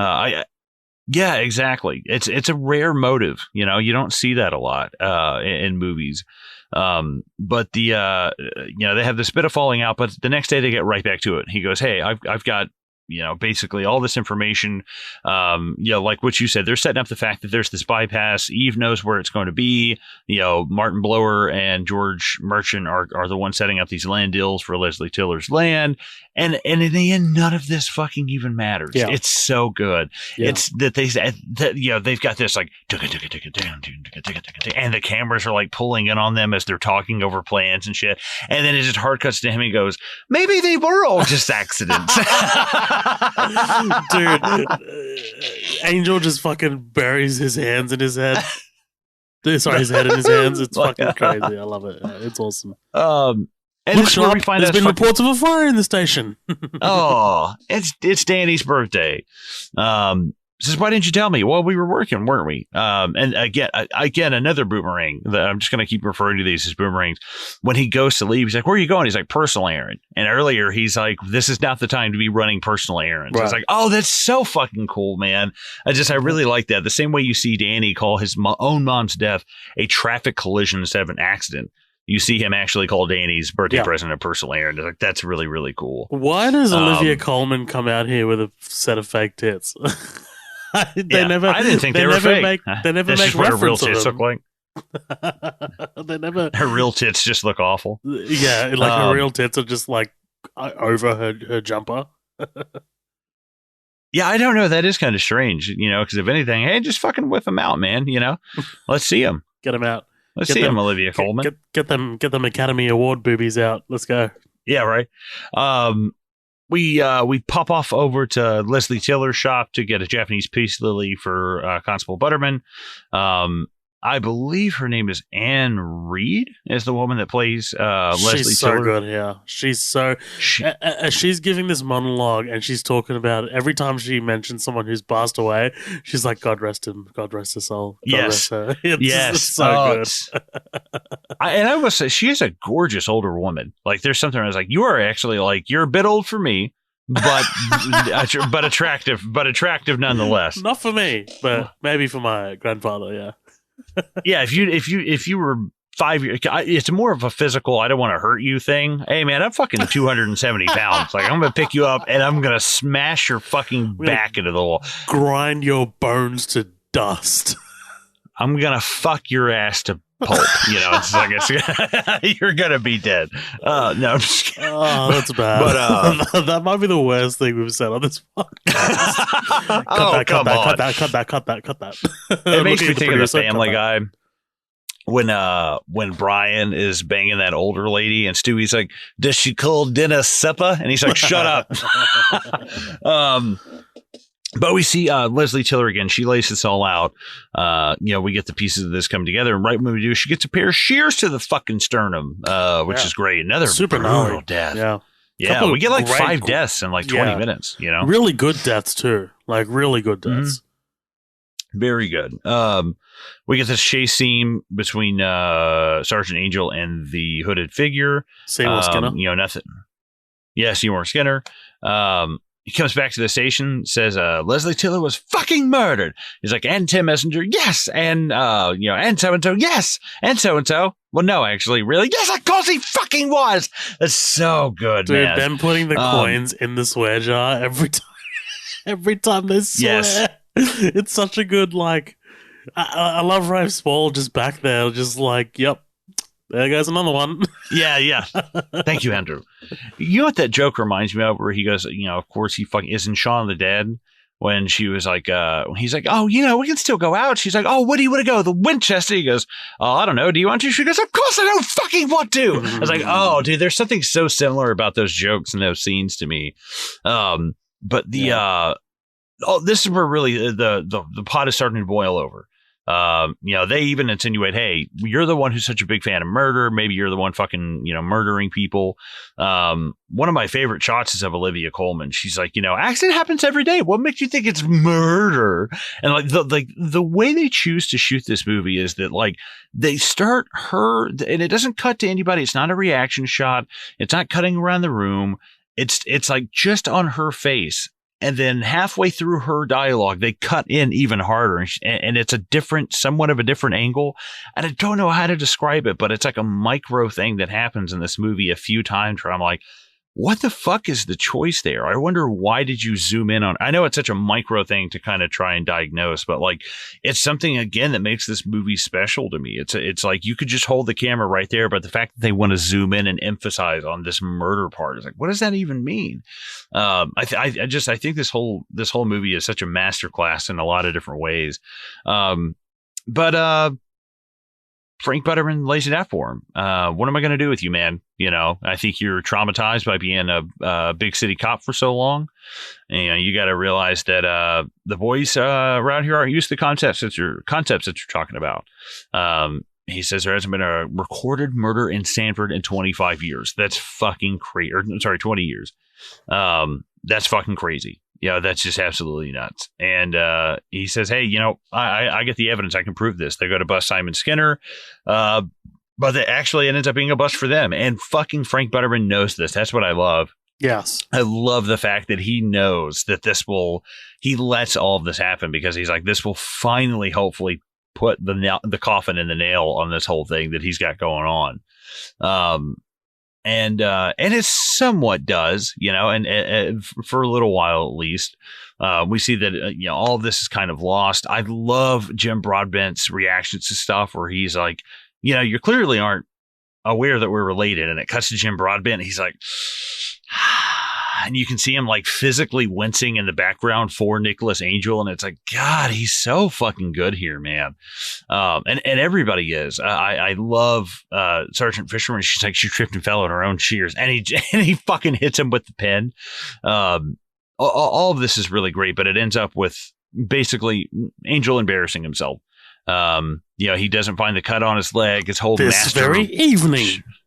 Oh, it's so hard to watch, man. You know, you murdered a man with a judicial application of bacon and beans is one of my favorite lines from this movie. And you really think he's got him. He lays all of this shit out, and it's all for naught. I just love the smile that Dalton puts on the whole time, dude. Like, he's just sitting there smiling at him, like, as he tells the, you know, breaks all this down, and it's such a, man, there's just something about Dalton's performance in this. I can't tell you what it is, or like, there's just something really charismatic about it and something really likable. Oh yes, he's so good. But underneath the surface, you know, there's something worse under there. Yeah. Sergeant Angel, I want you to know that if I do indeed own the land belonging to Cousin Leslie, that I intend to turn it into a memorial garden in her honor. Sir, what you do with your land is no business of mine, so why don't you just jog on? And I love the fact that the British, like, this is a peace sign. Like, that's a fucking peace sign. Well, that's, but like, like, here, I don't know if it's a Southern thing, but people, you know, keep the palm towards their chest and throw it up like that. So I'm like, well, that's what's kind of weird, is that it is kind of like, what's up, you know? But I wonder, is that a thing in Australia? Is that putting two fingers up like fuck you? That's not a thing. Nope. This is just. Neither is jog on. Jog on is not a thing either.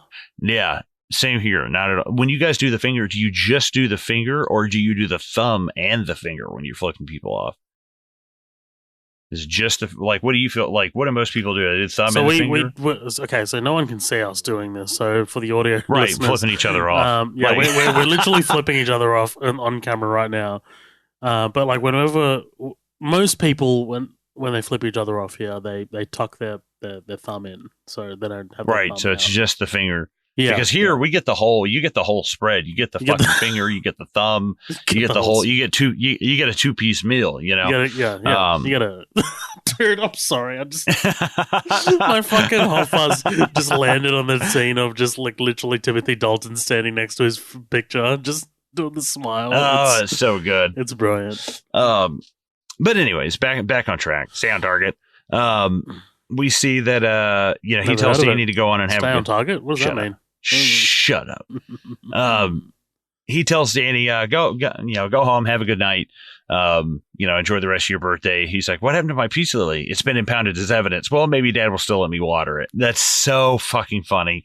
They go back to work as usual, but you know, Angel's reputation is taking a hit now. Hey, that weren't me. So again, one of my favorite jokes from this movie. We see him kind of given to the rigors of the day-to-day life. He's just sitting around eating cornettos and stuff. And for a second, everything seems like it's kind of back to whatever until this, no like catching them killers then. And that's where things really start to pop off. And he goes straight to Frank Butterman. Frank Butterman's like, listen, I've heard this before. This came from Sergeant Popwell. You're going to need to, this is quite enough, basically. I want you to take the rest of the day off and what the fuck are you laughing at over there? What are you giggling at? Sorry, just Danny getting the brain freeze. Oh!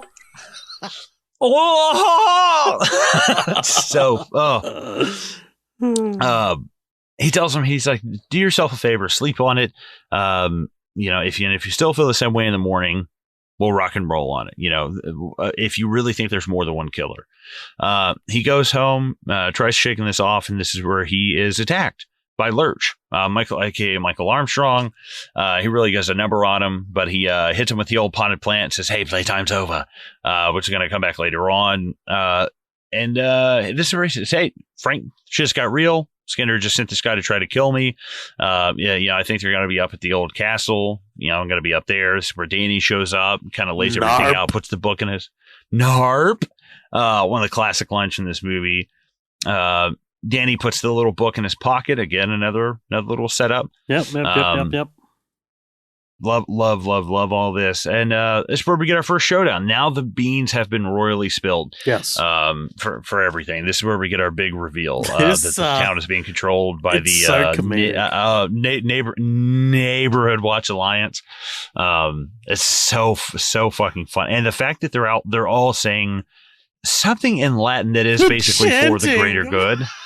Yes. The chanting is so good. Like, it's like they are 100% completely in satire territory right now.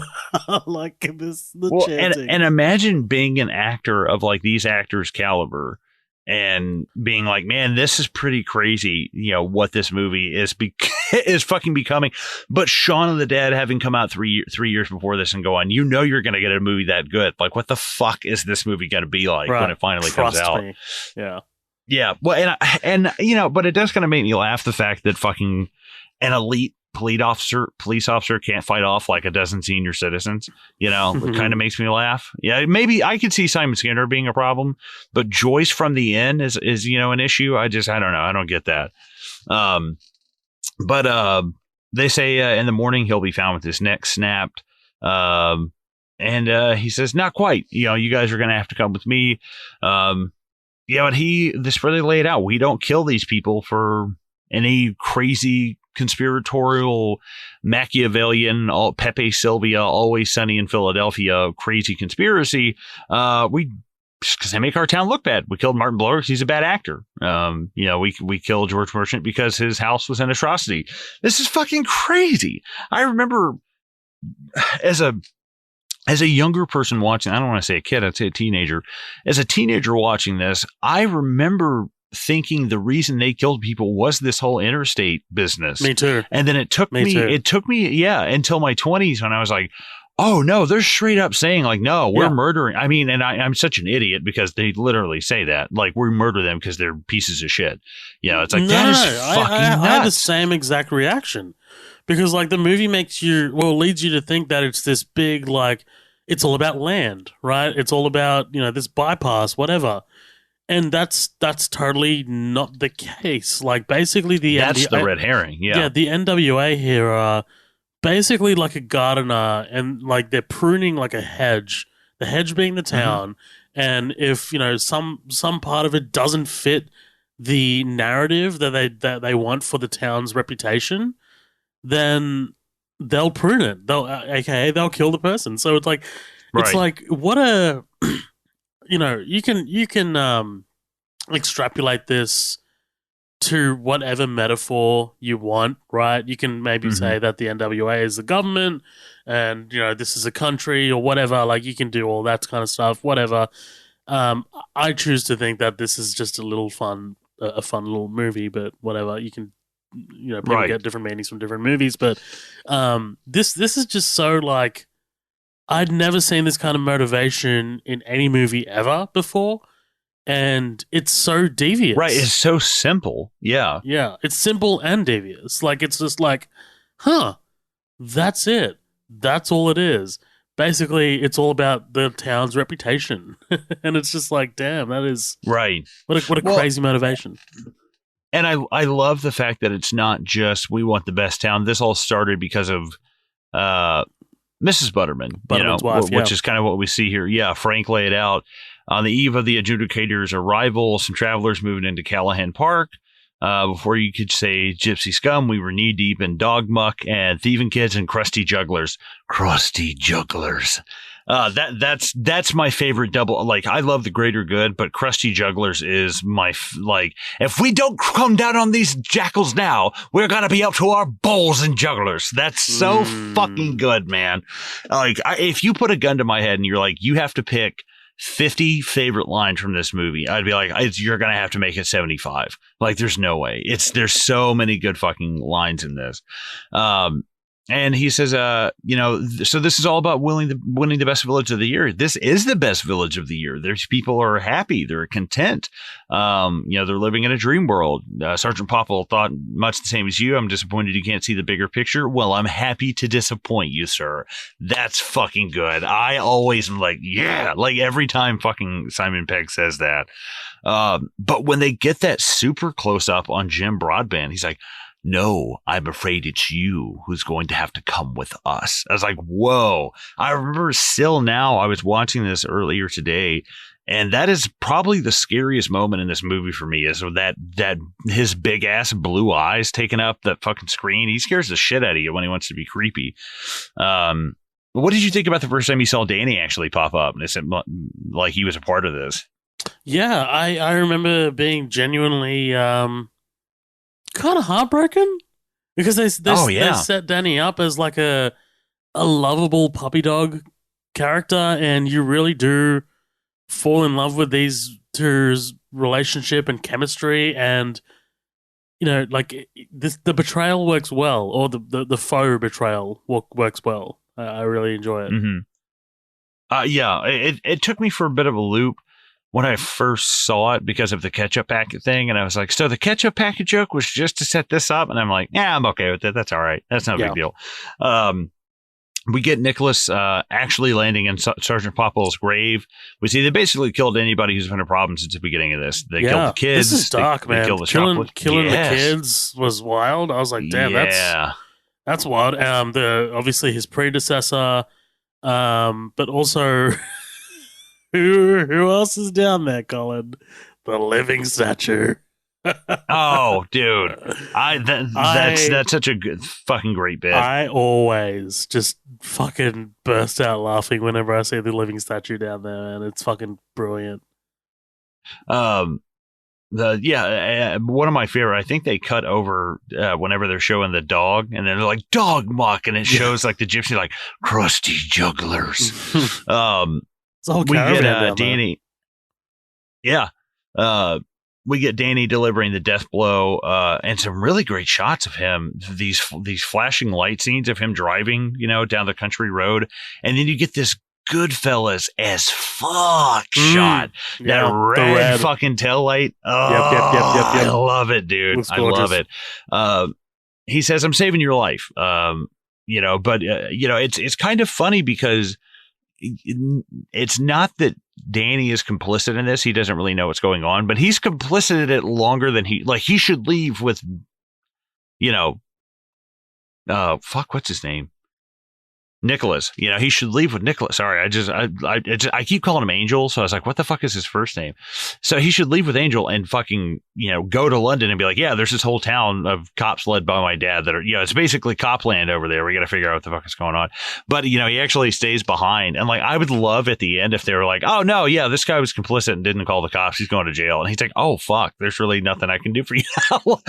Like you do it, didn't say anything. No, you're going to jail. He says, you can come with me. We can bring out the fury of the Metropolitan Police Force.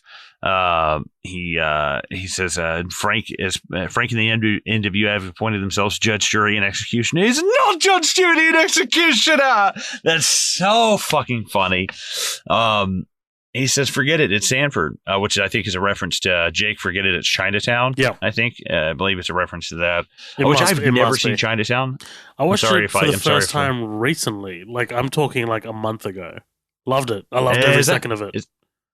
Is it Polanski? Yeah, problematic. Okay. Problematic, but I mean, Yeah. look, Yeah. I mean, you can't deny Doesn't that the mean- guy made a fucking great movie. If anything, it's like people want to automate. If anything, it makes it harder to talk about. But Yes. it still doesn't mean that you can't make great art. You Yes. kind of have to compensate that. But Polanski also made fucking Rosemary's Baby. I mean, like, you can't discount those two movies because Right. it is, right. It's unfortunate, but it's like, yeah, it is what it is. We see the escape of Nicholas Angel out of Sanford. The funny thing is when anytime you show, like when they show the clips of Point Break or when they show the clips of Bad Boys 2, you have to get the permission of every single person that's shown before including you can the play stunt the man. clip. Yes, including the fucking stunt guy who climbs the fence as the president in Point Break, Break, which is just fucking crazy. I'll tell you what. I think it's the same for the movie covers. I think it's the same for the movie covers. I think they have to get permission and shit, but I might be wrong. That's interesting. It's your image and shit, I don't know. There's one part in this. Okay, look, I did say that there's not one thing that I changed in this movie, and it's a very small nitpicky thing. When he goes to the gas station, this gas station attendant's like, kind of like stone faced and doing like a Shaun of the Dead zombie thing. Yeah. I don't know. I don't know about that. I don't know how I feel about that. Like, I know I love Nicholas Angel here, kind of like turning into an action hero. Like, that's fucking awesome.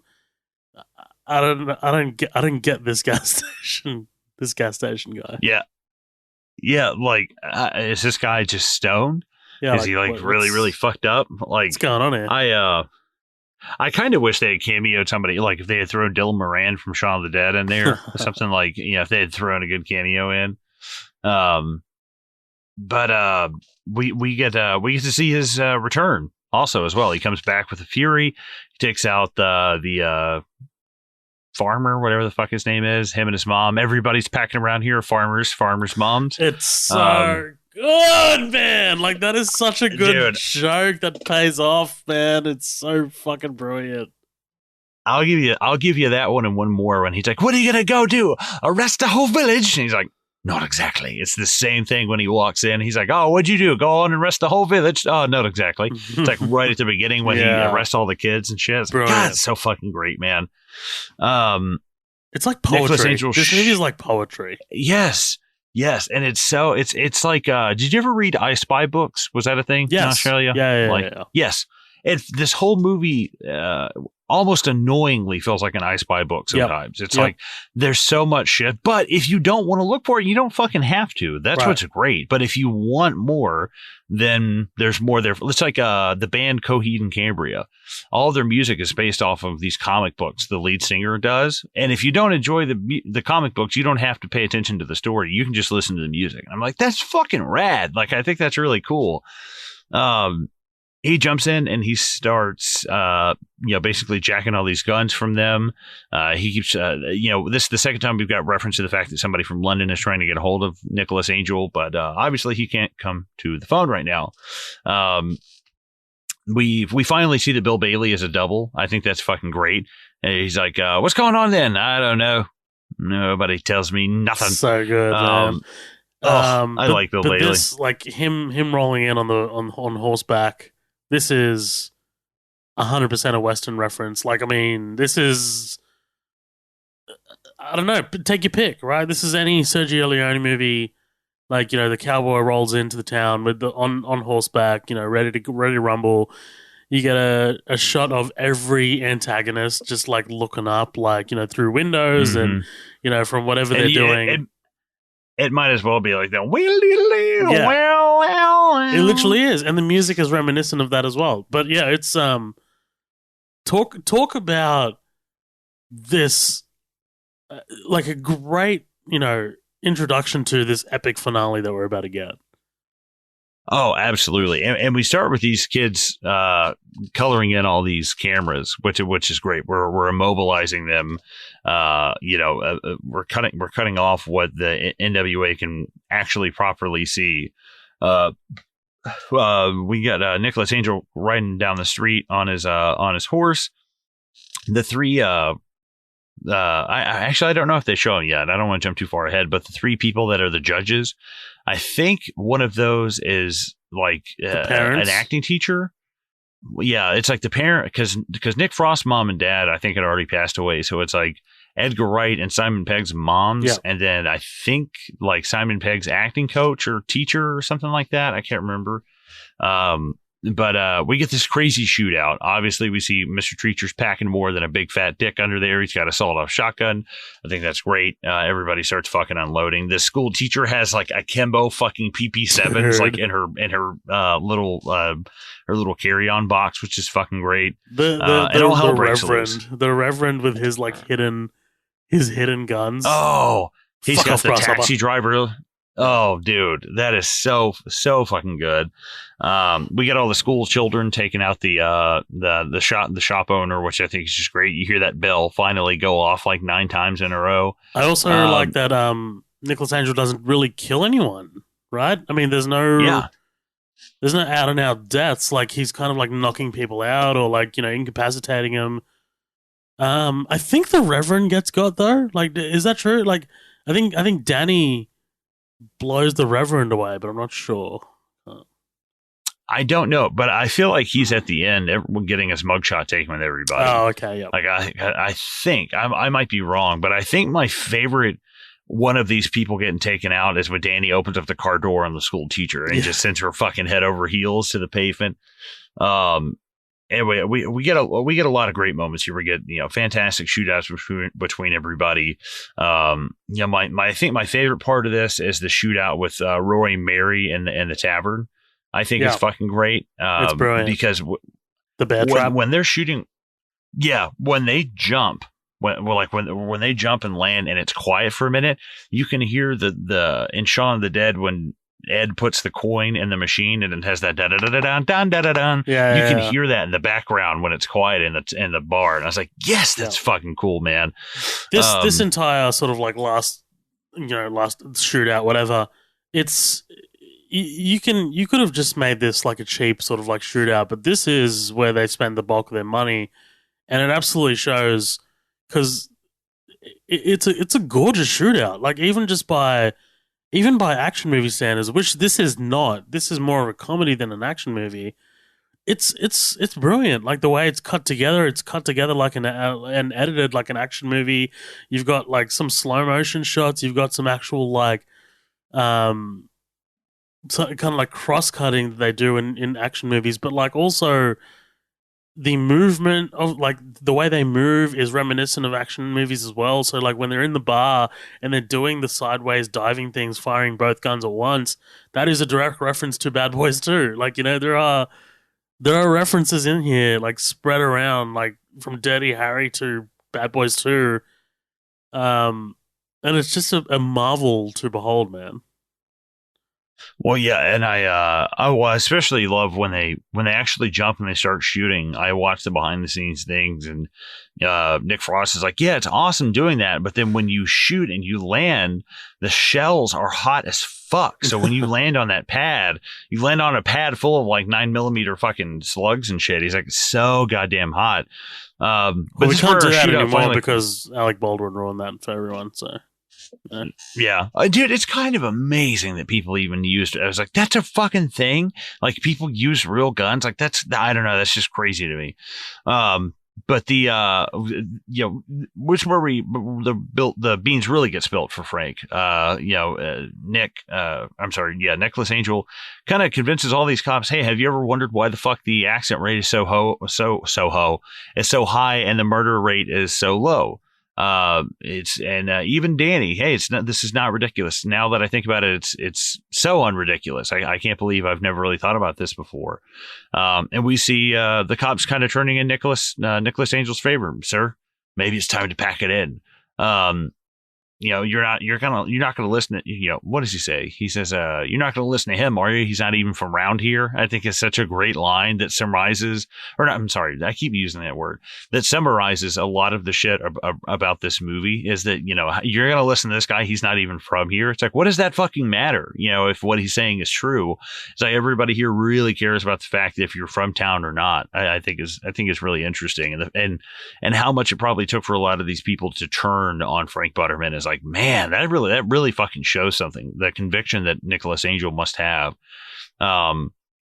I think my favorite Frank Butterman moment is when he shoots the chandelier and it comes down. If you look, when he's about to run, they throw a lion's roar. Yeah. And it's like, it's him just staring into the camera. It is so goddamn funny, man. I want to know what it's a reference to. It has to be a reference to something, man. Like that feels like an homage. I don't know. I mean, probably, but I don't know from what. I couldn't tell you. They formulate a plan. They're like, hey, stay. We're gonna go hit up the supermarket. You want anything from the shop?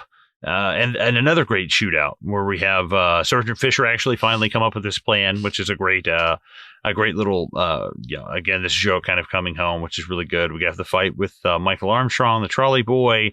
It's okay, Andy. It's just bolognese. Yeah, that's so fucking great, dude.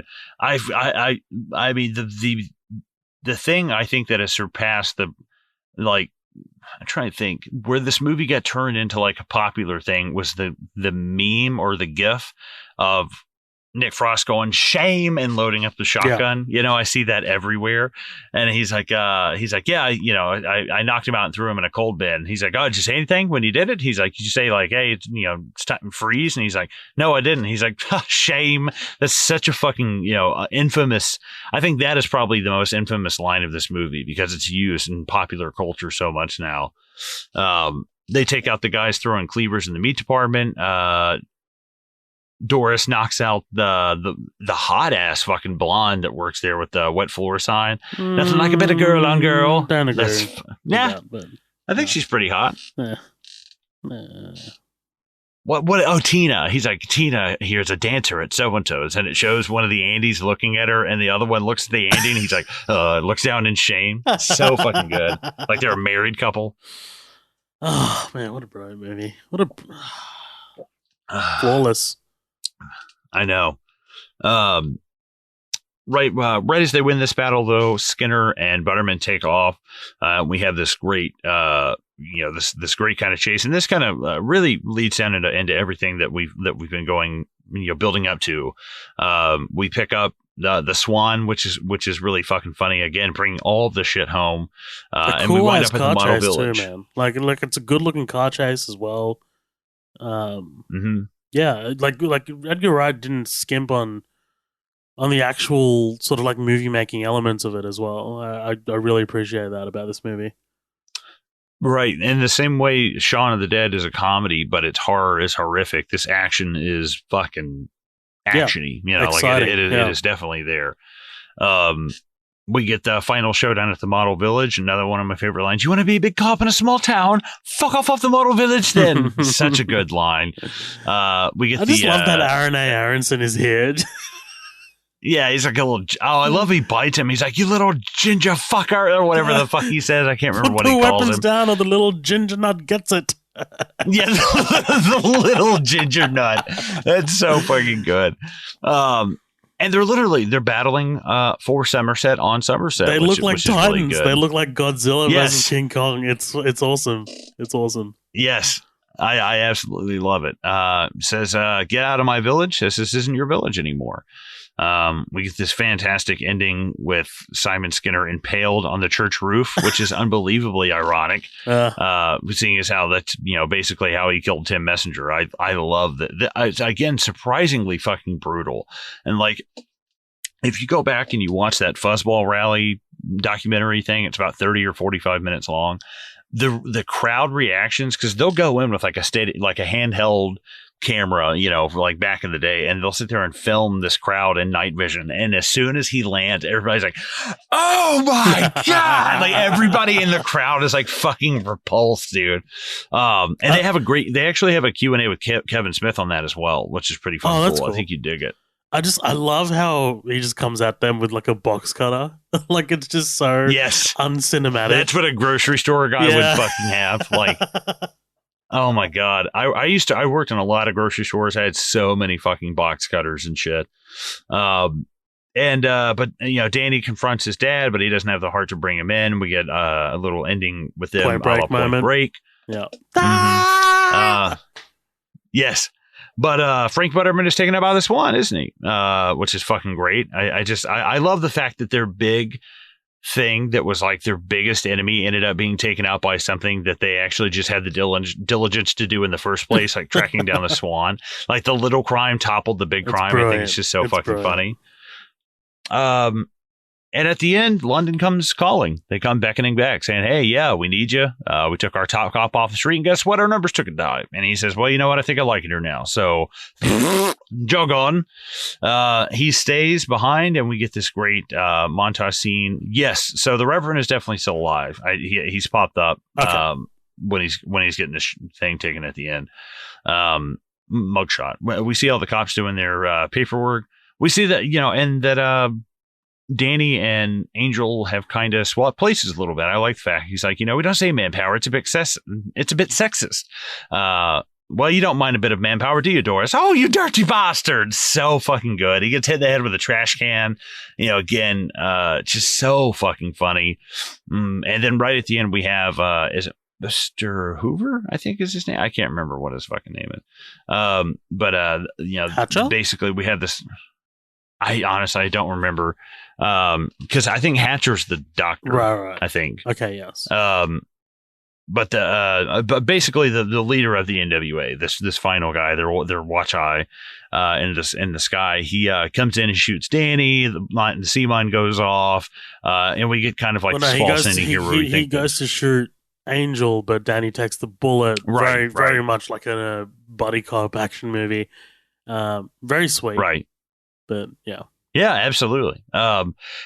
Very sweet and awesome. And then I'm also kind of like, I guess I don't really like need this, but at the same time, I think the only reason why this works is because they literally had to destroy the old Sanford. Like, okay, we need to rebuild. We need to start over because this thing is just not, what it should be. But ultimately, Danny survives his wounds. We see them dropping flowers off on Mrs. Butterman's grave. And we see that they're now the fucking super cops of Sanford. And now they look like Nazis with those fucking black gloves and like the cars and shit. Yeah, now they look like super fucking fascist, which is just hilarious to me. Now they look like the Gestapo. Yes. And that's Hot Fuzz, man. That's it. I love the... I love them like doing the skids in the car, and then like we get those cuts, and then straight to like that awesome logo, the Hot Fuzz logo. That looks awesome, man. Oh hell yeah, absolutely. Yeah. Yes, I love this movie. I'm so glad that we finally got to do it. I don't think we have any listener comments on this one for once. We don't have any listener comments. I don't think. Thank fuck. I don't want to hear from you guys, man. Like just don't tell me that you like this movie. Don't tell me shit. I don't want to hear about your day. Just whatever. But yeah. We're like that one band from Scott Pilgrim. They're like, "We hate you. Please die." And they play that one fucking thing. What were you saying? Yeah, look, this is one of the best movies ever made, I think. It's tough to find a script this good. It's tough to find direction this flawless. This is without a doubt one of my favorite movies of all time. I think it's a perfect comedy. I think it's a perfect action movie, perfect mystery, incredibly well acted, a great duo. Yeah, what else can we say about it, man? Like other than this is one of the most rewatchable movies I've ever seen in my life, and it will always be one of my favorite movies, I think, of all time. It'll probably never get dethroned or like. It's like way up there. I 100% agree. I can't agree with that more. No shit. This is on my television at least once every 2 weeks. Like I'll put it on going to sleep. I'll put it on if I'm cooking or I'm cleaning or something. I just want something on in the background. It is really hard for me to say like what around this time between 2005 and 2010, what was a better comedy movie that came out? And I don't know. Even Superbad, even the era of like the American stoner comedy and Will Ferrell and shit. Those are different comedies. Like they are. They're very different. But I think that Hot Fuzz. The thing is that Hot Fuzz takes the cleverness of British comedy and keeps the action tropes of the American action film, and it's a double barrel. It's a double barrel solution versus like, oh, well, we have the action thing, but our comedy isn't as funny, or oh, we have the comedy, but our action isn't as much. They have both barrels filled. Everything is like proficient. Yeah. Yes, and it's this. The sci-fi is great at World's End. The horror is horrific in Shaun of the Dead, and the action is exciting in this movie. I think this movie's flawless. There's not really anything I would change about it. It's one of my favorite movies of all time. I'm glad that we're finally covering it, but I'm also a little bit sad to see it go. I'm not opposed to ever coming back and revisiting Shaun of the Dead because it's been so fucking long, and that's like one of our. I think it's in one of our first 20 episodes. It's very quickly. We covered that. What? What is his face? What is this? I'm not covering Shaun of the Dead again. Sorry. Oh, I'll grab somebody will fucking want to talk about that movie with me. Because it's been, I do like to, if it's been so long, it's been 5-6 years, then yeah, at some point I'm probably going to have different opinions on shit, and feel differently about them. But I that's it pretty much for me. I love this movie. I really enjoyed covering it. And eventually, we'll get around to the World's End and maybe some future Edgar Wright movies later on. But that'll be coming in 2026. When did we cover Baby Driver? That wasn't that long ago. Yeah, no, it wasn't that long ago. But it's not a Cornetto trilogy though. Right. That's a different beast. It's a different beast. But guys, until we do cover that in 2026, we hope you enjoyed this episode. We'll see you in 4 years. No, we had a lot of fun recording this. Again, if you want to check out any of our stuff on our socials, fucking Google Midnight Double Feature will pop up. But if you want the direct link, it's going to be midnightdoublefeature.com, and check out our Patreon, patreon.com/Midnight Double Feature. On our website, we have written reviews, some merch, some little info about us if you ever want to check that out. And rate and review us on iTunes. It helps out immensely. It takes 5 minutes. It's free. And those 5 stars really help out the show. So I appreciate you guys listening. Zoheb, I appreciate you watching this and spending some time with me talking about it. And we will catch you guys on the next episode. Bye.